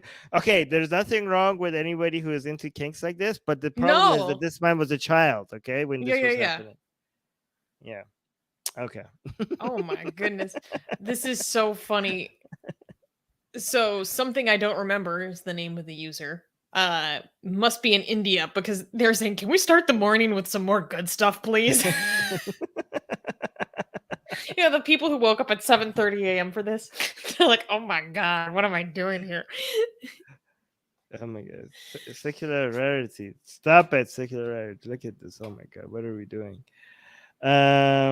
What's interesting is one of the charges that they arrested him on because he was just like out living in the forest was breaking COVID rules. Like breaking like having people unmasked and like too many people Really, congregating in his that's what they butt. went with. He was making children eat his feces, and I don't know what else. That's And they what they got him up. slapped him with first. I think they I think they were just like they probably didn't have enough information at the time to give those charges right away. So they could say, okay, so you have this and we can use that to take you away while we like have you under Imagine getting a investigation. child and I feeding. was like, oh my god. Imagine having a child and you're feeding the child your poop, and the child dies, and then they're like, "Hey, you weren't wearing a mask while you were doing that. You were that is illegal." Anyways, Yeah, they probably didn't have enough evidence for the other stuff yet. That's what I assume. God, what a world we live in. Yeah, This Stormy is saying, I don't think they have laws on the law books for this insanity. Oh my God. the poor children thinking that this is a good thing. Like this man is God. His poop is holy. Did he also feed them his sexual liquid stuff as well? I don't want to name it. I didn't see that reported anywhere. Specifically, I don't know. Yeah, I okay. cannot confirm nor deny. That's Something tells gross. me that probably happened though. Yeah. Wait, Ay. hold on. No, Arjun, we're not going to talk about that here. Secular Sakai saying happy news next The news. next Okay. news is not happy, but you know, okay, I put a hilarious news at the end. So Okay, we have a good one at the end. Okay. Two good ones at the end, actually. yes. All right. Can we clap? No. Wait. No, I don't think we should clap for this one. Okay, never mind. Okay, next news. Okay, next Why news. did we clap for the last news? We shouldn't have clapped for the last because news. he got People died. arrested. Okay, That's we good. clap for the arrest. Okay, fine. All right, next news. People died though. Okay, next news. Next news. Indian politicians say Muslims should burn like demon effigies. Oh my On God! May- Wait. Okay, YouTube. Before we continue, YouTube. This is not our views. We're just reading what's happening on the news. Okay, we condemn this. This is hateful. This is disgusting. This is violent, and we are completely against it. Okay, we're Yes. just analyzing the news. Thank you. We Okay, are talking about this for the purposes of reporting. We do not endorse any of these views. Okay. Yes. Continuing. On May 7th, Haribhushan Thakur Bachao, a politician from the right-wing BJP party and member of Legislative Assembly, or MLA, from the state of Bihar in India, made a violent remark that caught headlines. Speaking at a public event, he said, so for this quote, I'm going to like insert the meaning of what he's saying. So you'll get these little introductions.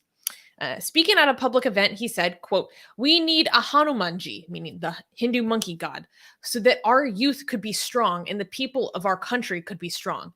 Just like Ravana, who's a demon king, Ravana's Laka, meaning fortress, was burnt down by Hanumanji, the demon-like Ravanas who are hovering over Bihar and the country should also be burnt." This comment refers to characters from the foundational Hindu epic, the Ramayana, and many interpret the phrase demon-like Ravanas to refer to the minority Muslim population of India. He further added that the violence done by quote-unquote demons is no less intense than the violence in Kashmir. This is not the first time that Bachao has made anti-Muslim statements, as he previously called for Muslims in India to be stripped of their voting rights.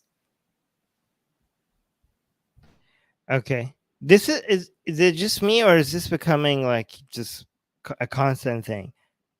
Or are we just reporting? No, it's not just you. It is not at all just you. Okay. Is it legitimately is escalating and it's constant. It's just like an everyday thing. This is the worst case of "we told you so" from 2 years ago, right? Anyways. Oh my God, you're right. Yeah, and also like, I don't. This is one thing I don't want to be correct on. And what drives me crazy is that people keep saying, "Oh, well, this is just fringe. It's fringe. The calls for genocide are fringe. They're fringe." This man is an elected, actively serving politician. Right.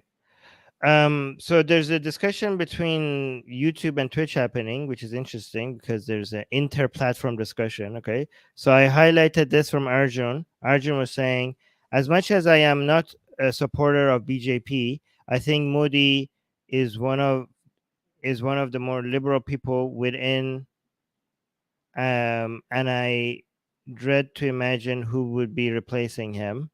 Okay. And then on Twitch, because if Forever Stormy saw that and responded to that on Twitch, Forever Stormy said, "I think we should avoid calling Modi liberal compared to these guys because Modi is allowing all this." But very well put. But at the same time, I think it's a legitimate concern, because if this kind of sentiment keeps growing, even if one day you replace the BJP, the problem has spread to beyond just BJP and Hindutva, like it's becoming so mainstream that cleaning it will become a much more difficult job than just, I don't know, switching political parties, right? Also, it's true that these people do not represent the majority, but they are a big enough of a minority to become a major obstacle to India's progress, right? And it's a minority, They but it's, already are. yeah, okay, and they're a minority, but they are a growing minority and an increasingly vocal and dangerous minority. So yeah, but obviously, yes, majority of Indians do not think like this, of course not, okay, but you don't need radicalism to reach 51% for it to become a major problem to a country. Radicalism needs to achieve, you know, half a 1% for it to become a major obstacle to a country's progress.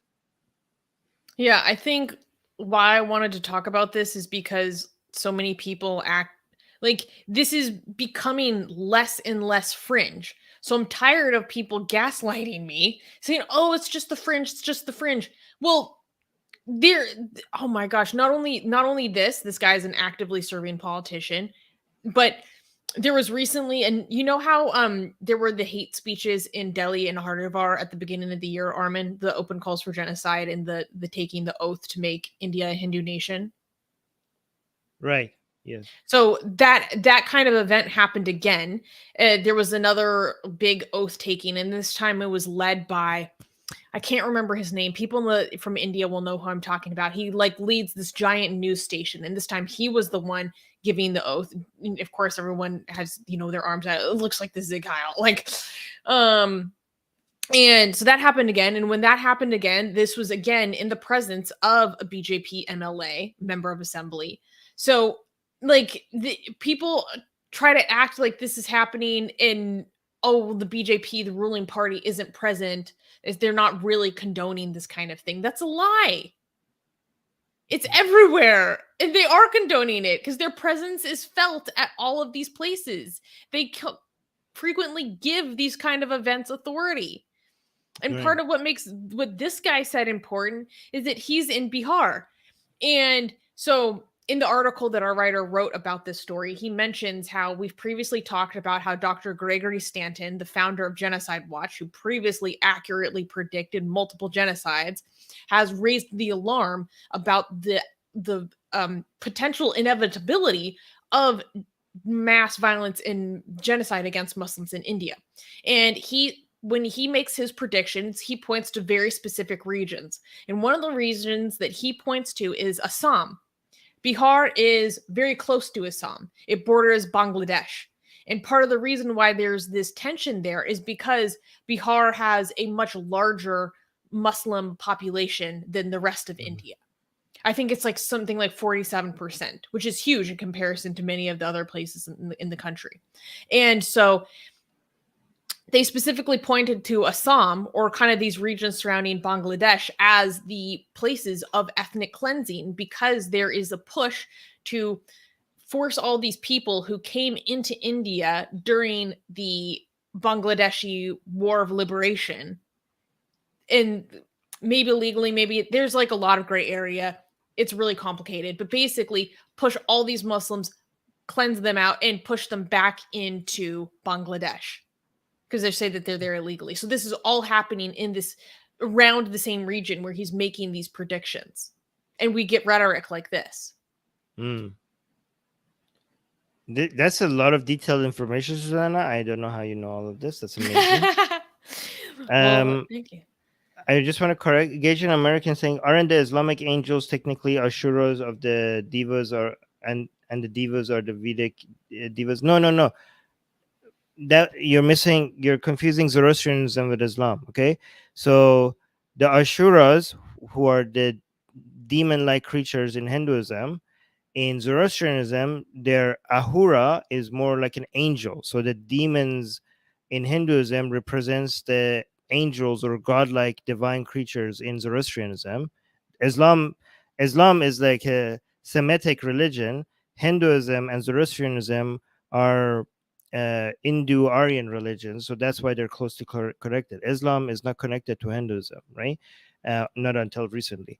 And the opposite is also true, where the devas in Hinduism, they are divine. That's where the word divine even comes from, because English is also connected to it's an Indo-European language, just like Sanskrit and Persian are. So that's where they're connected. Divine, diva, these are holy, but in Persian or in Zoroastrian religion, devs are the demons. So basically, Zoroastrianism and Hinduism are polar opposites, where what creatures are considered demons and which creatures are considered divine. They're a mirror image of each other. And the reason might be because they were at some point in conflict. We don't know. I mean, I don't know. So So I knew my live chat would not let me down. The person I was referring to who gave that oath, that hate oath again recently, was Suresh Chavhanke. Thank you. Boop boop. And Forever Stormy is kind of giving me correction, saying the Muslims in Bihar are not Bangladeshis. They have been in Bihar for centuries. Assam is a different story. Can't tell how many refugees are from Bangladesh. Thank you. I knew that it's very close, and so, but it's not the same. Like Assam is on the other side of Bangladesh. But I thought it was. I wonder how much of that history about what happened in Assam influences this kind of attitude. I could be wrong, but I thought that was interesting to consider. So thank you, Stormy. And Puya is saying, why can't I donate or give super chats and stickers? It's because we enabled donations. And so now everything is donations. You could become a member. Oh, that's true. Okay, Puya, so you have the member option if you want to, and that would make me see your comments easier, because if you notice, I highlight member comments more often than other comments. So if you want to help us out, you could do that by being a member. Oh yeah, last one. There was another comment. Oh, you don't want to highlight that? Well, yeah, we have to go to the next news. Oh, we have to go to the next. Okay, sure. All right. You have a meeting to go to. I'm being you're right. of your time. Yes, you're right. All right. I definitely can clap for this one. All right. Next. That's a hard no. I'm sorry, guys. It gets better after this. Yeah, sorry, guys. This is horrible. All right, next news. Next news. Female student killed by mob for blaspheming the Prophet Muhammad in Nigeria. On May 12th, 2 suspects were captured for the murder of alleged blasphemer I'm going to start over. Next news. Female student killed by mob for blaspheming Prophet Muhammad in Nigeria. On May 12th, 2 suspects were captured for the murder of alleged blasphemer Deborah Samuel by police in northern Nigeria. A police spokesperson explained that a WhatsApp group was being used by students of the Shehu Sagari College of Education, wherein an Islamic piece was posted, which Deborah, who is a Christian, criticized. Allegedly, her voice message that she sent in reply contained blasphemous statements against the Prophet Muhammad. Deborah was attacked by a mob on her college campus, which led to her death, and her body was then set on fire. Even though security was present during the incident and tried to defend her, they were overwhelmed when the students began throwing sticks and stones at them.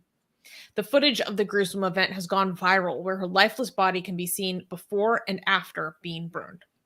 Many perpetrators can be heard yelling Allahu Akbar while her body burns. The college has announced that they have closed the school indefinitely after the quote-unquote rampage. Okay, so what I've heard is that the person who accused her of this was just trying to get revenge because he was turned down. Is that the case? I haven't heard that. I haven't seen that reported in like news websites or whatever. Mm-hmm. So have you seen anywhere? First of all, this shouldn't matter, but unfortunately we live in the real world. Was there a blasphemy, or was this just an accusation? Because what seems like Nigeria is becoming more and more like Pakistan when it comes to blasphemy. Yes. Because it seems like you just take people out by just accusing them, like even if they haven't blasphemed against Prophet Muhammad, especially if they're Christian, you could just target them by accusing them of blaspheming Prophet Muhammad. Mm-hmm. Mm-hmm. Mm-hmm. I what I also heard is that the way this started was she like thanked Jesus for making her pass her exam or something, and that offended a whole bunch of people. Have you seen that, or am I I haven't heard that. But on what I've been reading online, I have not really heard a description of what her message was at right? all. They're just like there was an audio message in which she blasphemed, allegedly. But maybe Yeah. there are other sources that give you more detail. I haven't been able to find that. Is it me or is Nothing Nigeria? confirmed.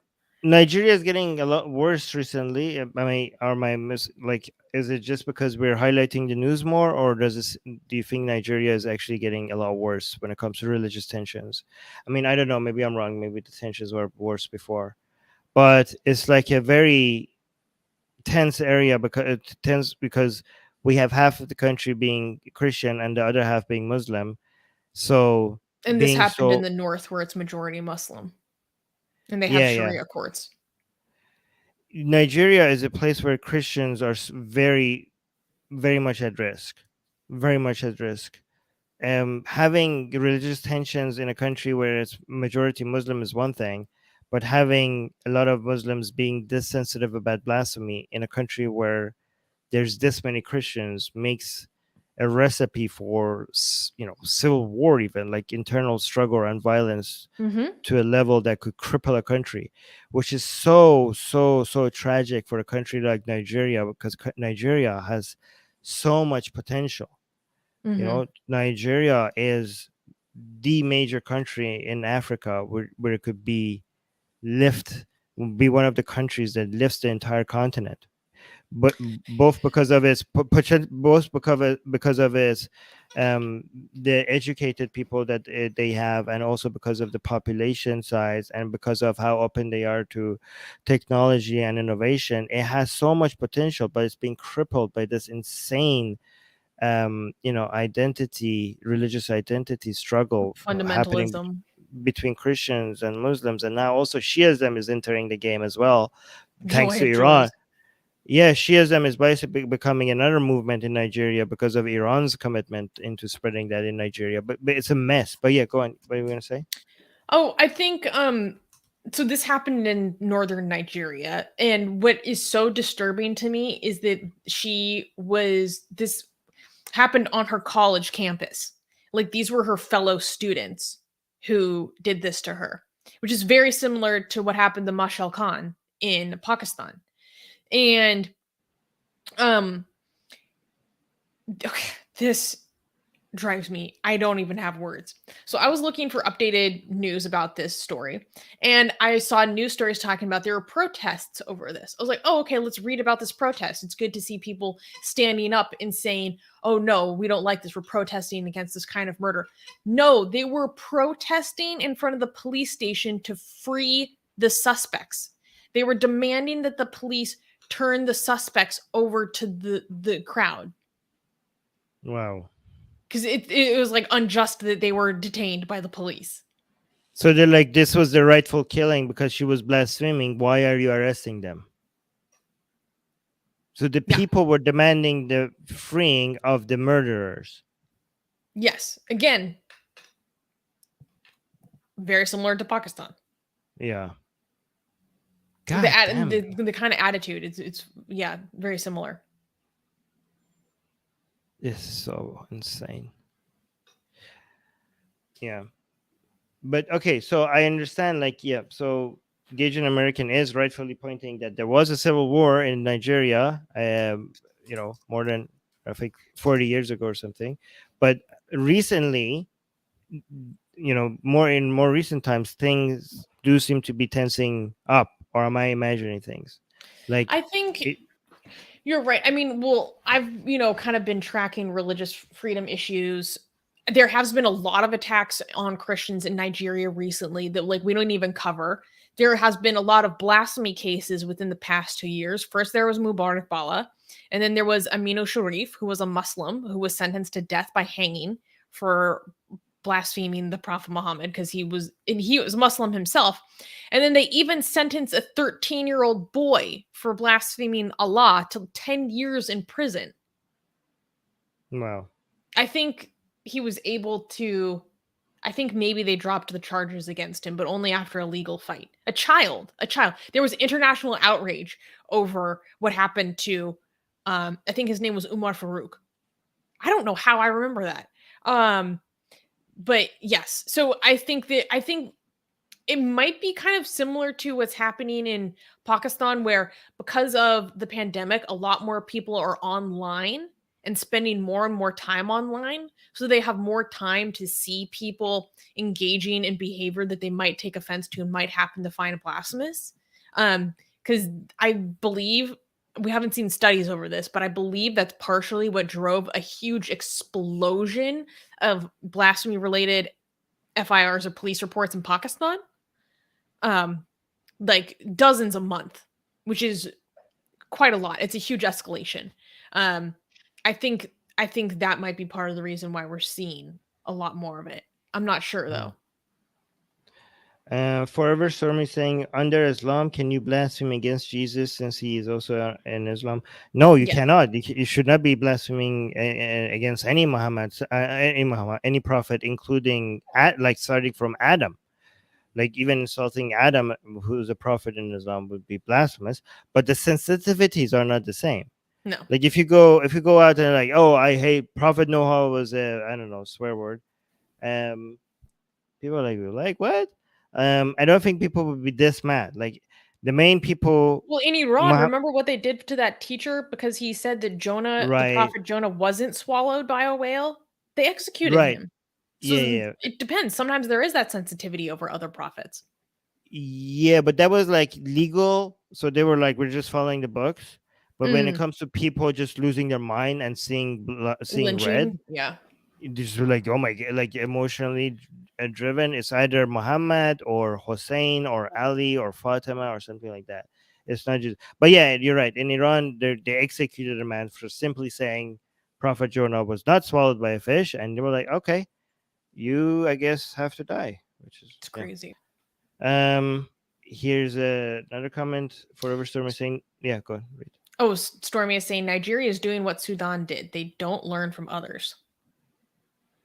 Right. And here's another comment. And Sheikh is saying women are getting targeted a lot now, mostly from rejected stalkers. Yeah, there are many times it is men who are jilted, and this is what they take revenge. That happened to a 26-year-old woman in Pakistan named Anika. Okay, so if you're a woman in Nigeria, death for it. It's crazy. Guys, like you are basically now a sexual target for any man. You know, in Pakistan or in Nigeria, what is like if I say like, hey, I like you, come sleep with me, and you say, can you say no? Or I'm like, hey, I could just accuse you of blasphemy if you tell me no. Like, isn't that like a kind of like a gun that you could hold on any woman's head? Because I've heard that this is what happened here. She rejected a man. I don't know if that's the case. Okay, so that's what I've heard. Confirm it. Let me know if that's confirmed or not. But technically, that's like the mere accusation of blasphemy. Like this wasn't investigated. Nobody knows if she even blasphemed. She might have not blasphemed. The mere accusation was enough for her to be killed by a mob. So what is it for you? Like if anybody could just like use this against anyone else. I don't know. As long as they have some shred of evidence. For the woman in Pakistan, Anika, they had WhatsApp messages that he pulled up from her. So if you have like prior communications with someone and then later you reject them, like you better be freaking worried about what you had sent them. What did you talk about? Did you talk about anything controversial? You better hope not. Yeah. Like you don't know what people will do. It's so scary. The only way to no, never mind. I'm not gonna say that. Were you gonna make a joke? No, I was gonna say like what? Okay, I'm not suggesting anybody do this, but no, never mind. This could get okay. I'm gonna trust your judgment on that one. Yeah. Okay. All right. My solution might cause more problems than solving anything. Okay, bad news is out of the way, right? We have two good news. Yeah, this is hilarious. Make sure you pull up the pictures on Facebook and Twitter. Wait, you have extra pictures? Yeah, they're in the Ooh. post. Oh, they're in the post. They're okay. Cool. Yeah. All right. Next news. Next news. The pastor wears Prada. African preacher says God ordered him to wear heels. In Togo, a Togolese pastor known as the High Heels Pastor is gaining attention across Africa after images emerged on social media of the clergyman preaching in high heels. According to local media, the pastor used to suffer from body pain and many illnesses. Once he switched to wearing heels, as God commanded, his sufferings went away. Rumors spread that he also wore women's clothes, of which the pastor said, quote, I don't wear women's clothes like people have said on social media, but I wear all kinds of shoes according to the calling that I received. The pastor is known for owning more high heel shoes than most women.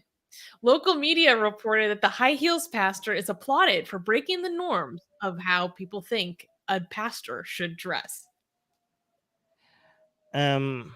Am I wrong to assume that the pain is an excuse and he just likes this and he's using the pain and No, God you doesn't? are not wrong because everyone freaking knows that heels are extremely painful and they cause body pains. So what do you mean you started wearing heels to heal your body aches? That doesn't make any sense.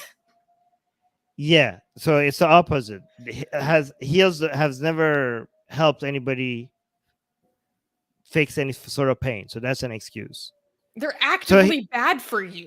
They're bad for you. But so he's just it would, I mean, people are saying it's based, but it would be more based if he just like owns it and just be like, I just like this. This is what I like. Like, don't bring God into this. Don't be like, oh, this is if you, it would be more based if he was normalizing it by just admitting that I'm into this and this is what I like, how I like to look like. You know Yeah, what I but for mean? a lot of people, that wouldn't be safe at all. So, like, part of this makes me feel kind of sad because this is probably Yeah. his way, maybe the To only way, his only path to his own self expression is to say that it was a vision commandment he got from God. That's the only way that it can be okay, like in his community, or even safe for him to express this part of himself. Mm. He probably wants like, yeah, also it's matching all the time. Like if it was just for paint, look, like he's wearing a If you click on the gold. Facebook post, there's a lot more photos. This one? There's also some below that. Oh, this one. This is Twitter, not Facebook. I know, no, but on the Facebook one, there are more photos. There's a lot more on the Facebook. This one? This Yeah. one? Okay. All right, sure. Wait, no, that's not it. What? Nope, that's not it. Wait, damn it. I'm going to find it. Go to the Twitter. Because he has such good outfits, too. I don't know. I thought this was. Music guy is saying, God told me to sleep with men. Yeah, no, guys, this is the hack. This is the hack. You just say that No. God told you to do it. Here we go. So, like, look, it's not just a paint thing. He's matching it. There's orange in this outfit, and this is orange, right? Mm-hmm. Oh, no, this is not matching. What was that? Ah, this is matching. Golden He looks colors. good, like stunt. Yes. Oh, yeah. Okay. So, People yeah, are it's kind of. saying he rocks the heels, though. Yeah, I feel kind of sad that he has to go through these excuses to make it seem acceptable. You know what I mean? It's sad that he has to do that. Like, there's probably, like, imagine, like, okay, here's what I'm thinking. Okay. This man had a way out. Okay. He's a pastor. Okay.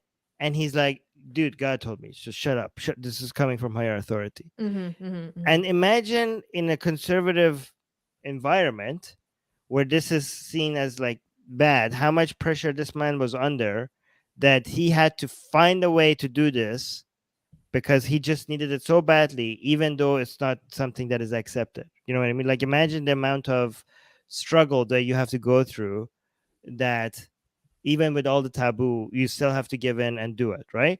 But this shows to me that there's so many other people that don't have, like, that need this, but don't have this man's excuses, right? Yeah. So he's like, he's not saying like, oh, I just like this. He's saying God told me.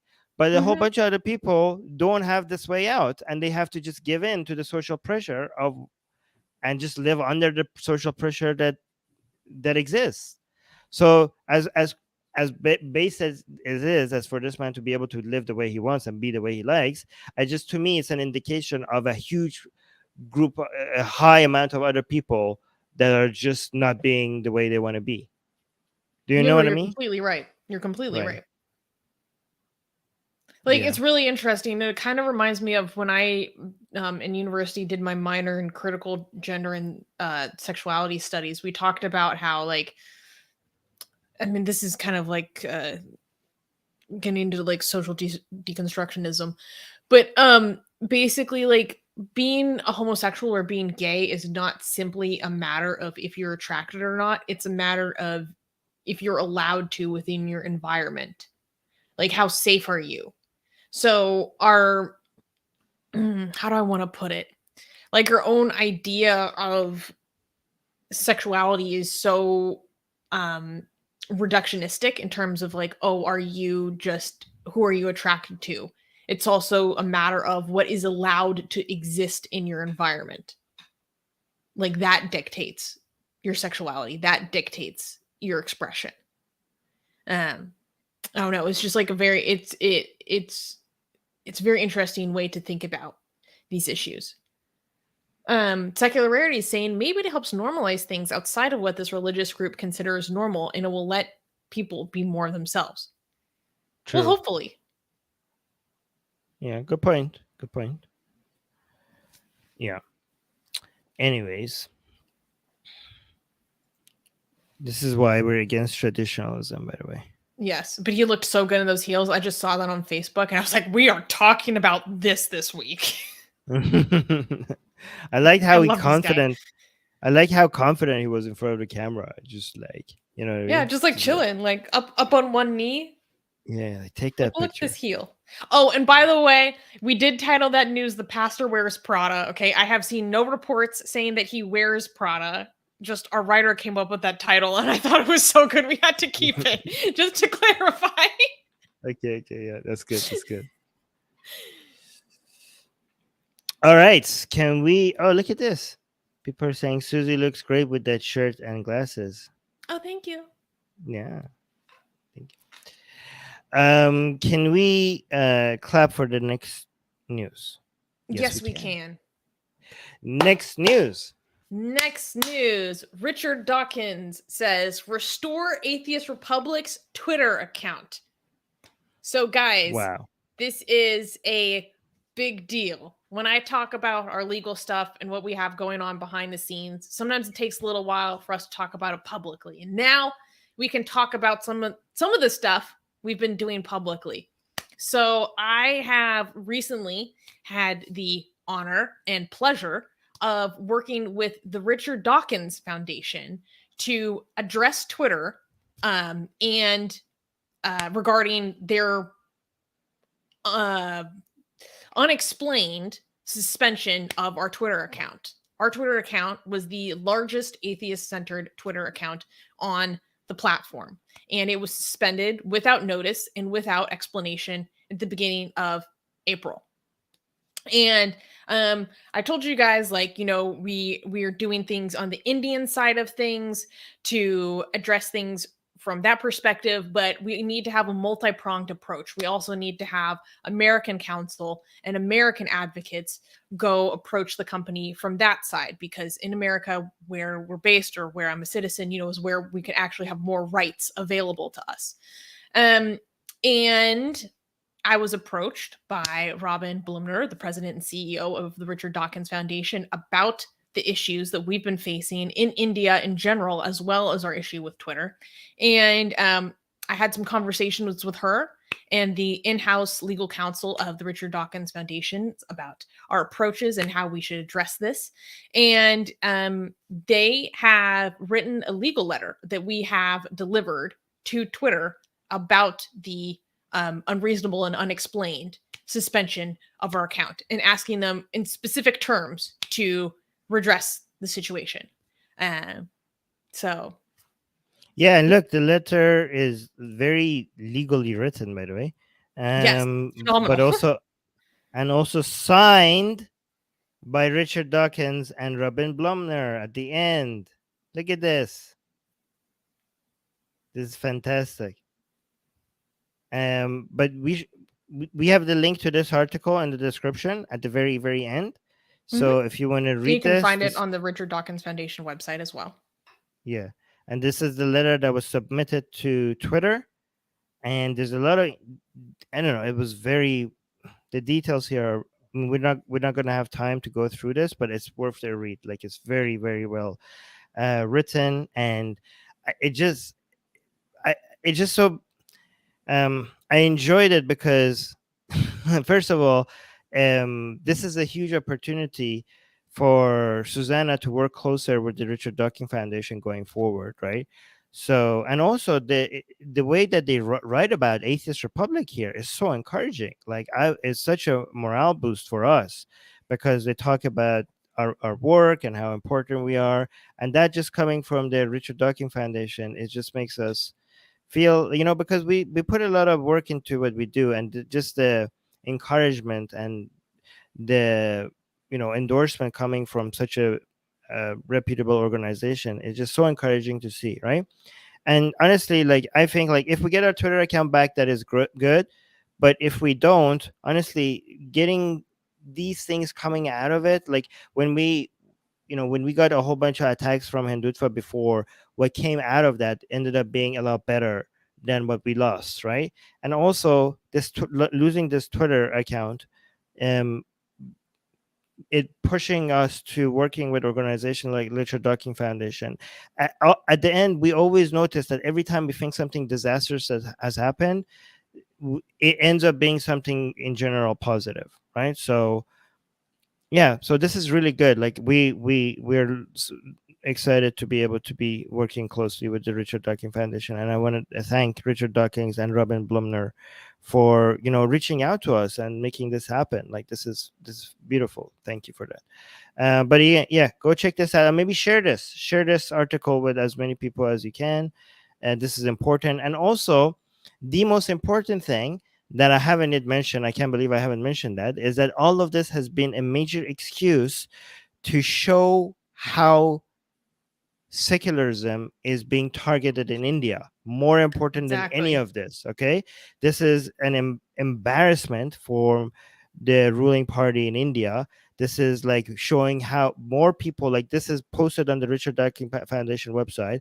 A lot of people follow what the Richard, a lot of people and a lot of important people follow the Richard. It puts a stamp of authority and legitimacy on the claim that Indian legal system is becoming so ridiculous, where depictions of Hindu goddesses has made their entire legal system go after us, like the Delhi High Court and even the Supreme Court, and police reports and all of that.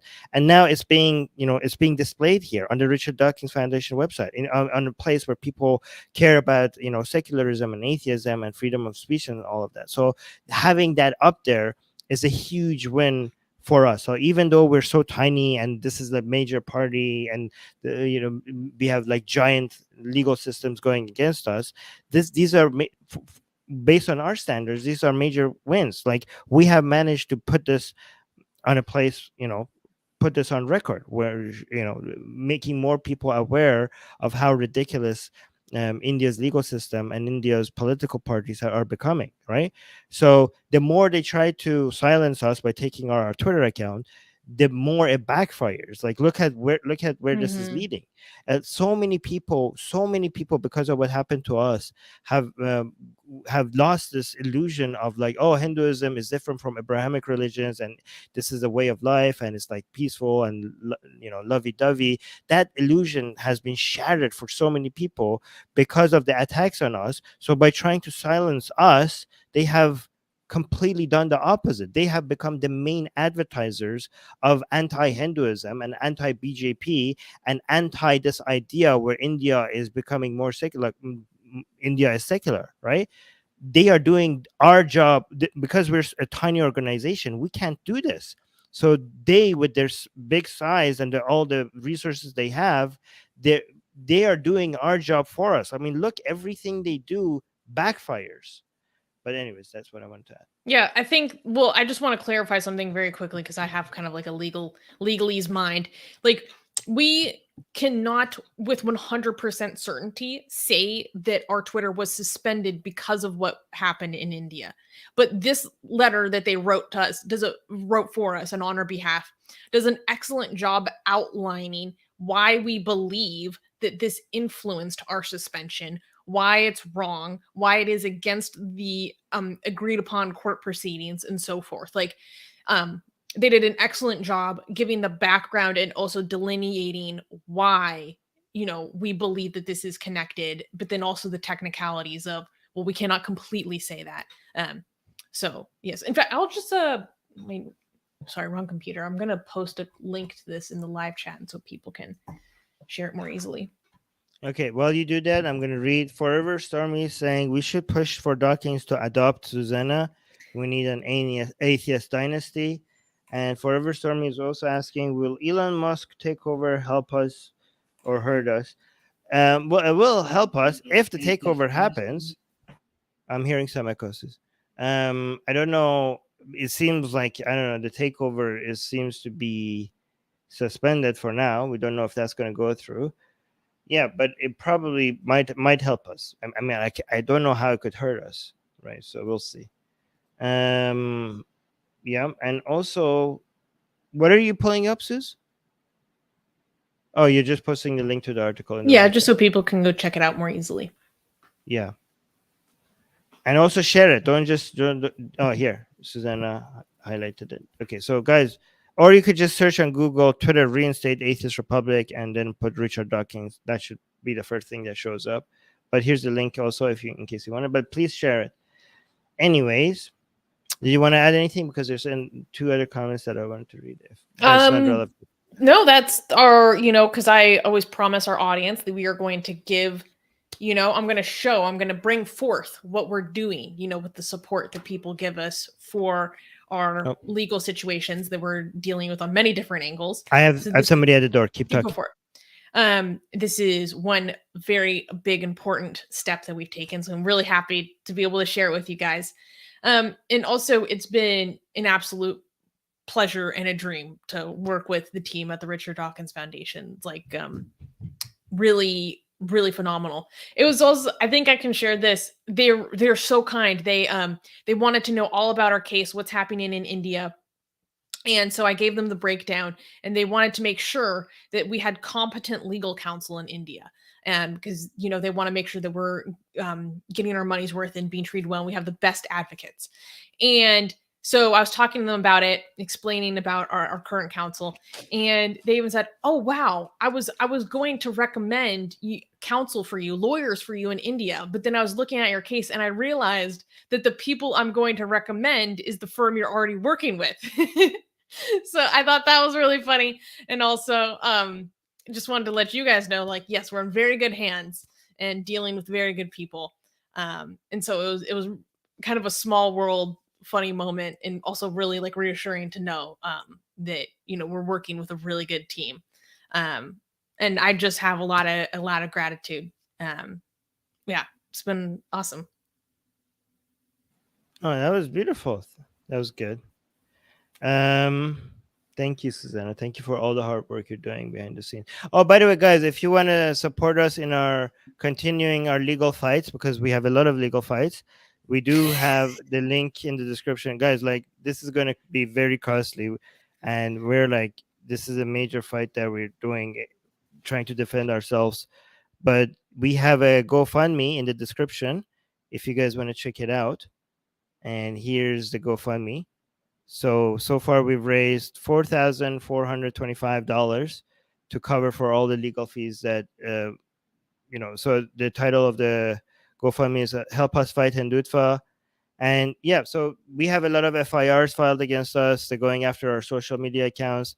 We have legal cases against us We in have the Delhi High affidavits, Court. counter affidavits. I'm like We've running been to the notary every week to get these legal yeah, documents notarized. It's crazy. we've been even mentioned in the India's Supreme Court, the highest court in India. And now that our legal costs are going to go up because we're now going to need American lawyers, not just Indian lawyers, and they're a lot more expensive. So that's why we need your help. Anyways, link for that is in the description. All right, I just wanted to highlight this comment because are we done with that? Because this was kind of all right. So Asian American was saying traditions are peer pressure from dead people, and Jack Neff was like, "That's deep." Hey, this is a quote from Asian American. He brings it up every time we talk about traditions. It is a deep quote. So I like it. I don't know if Asian American did he come up with that, but that is a very good quote. Okay, so that was our stream today. Secular Ed saying, "Woo, great stream! Thank you so much, guys." And please, that's excellent news. Oh wait, what is excellent news? So people, please, guys, make sure you like the video, share the video, leave a comment after the stream is over, so that maybe our channel grows a little bit. You don't need to support us financially. If you can't, just liking will really, really, really help us out. Anyways, thank you guys, and we'll see you again soon on our next stream. Bye. Yes, we have a lot of good stuff coming out. Yeah, one in a couple of hours. We're doing a Hinduism. No, yes, we have a Hinduism stream today. So I think. So do we? Yes. Yes, later, just in a couple of hours, we have a Hinduism stream. So make sure you subscribe. Stay tuned. Yeah, it's about hells in Hinduism. So if you're interested in that, check that out. All right, guys. Talk to you guys later. Bye. Boos boos. Bye. Boos boos. Bye.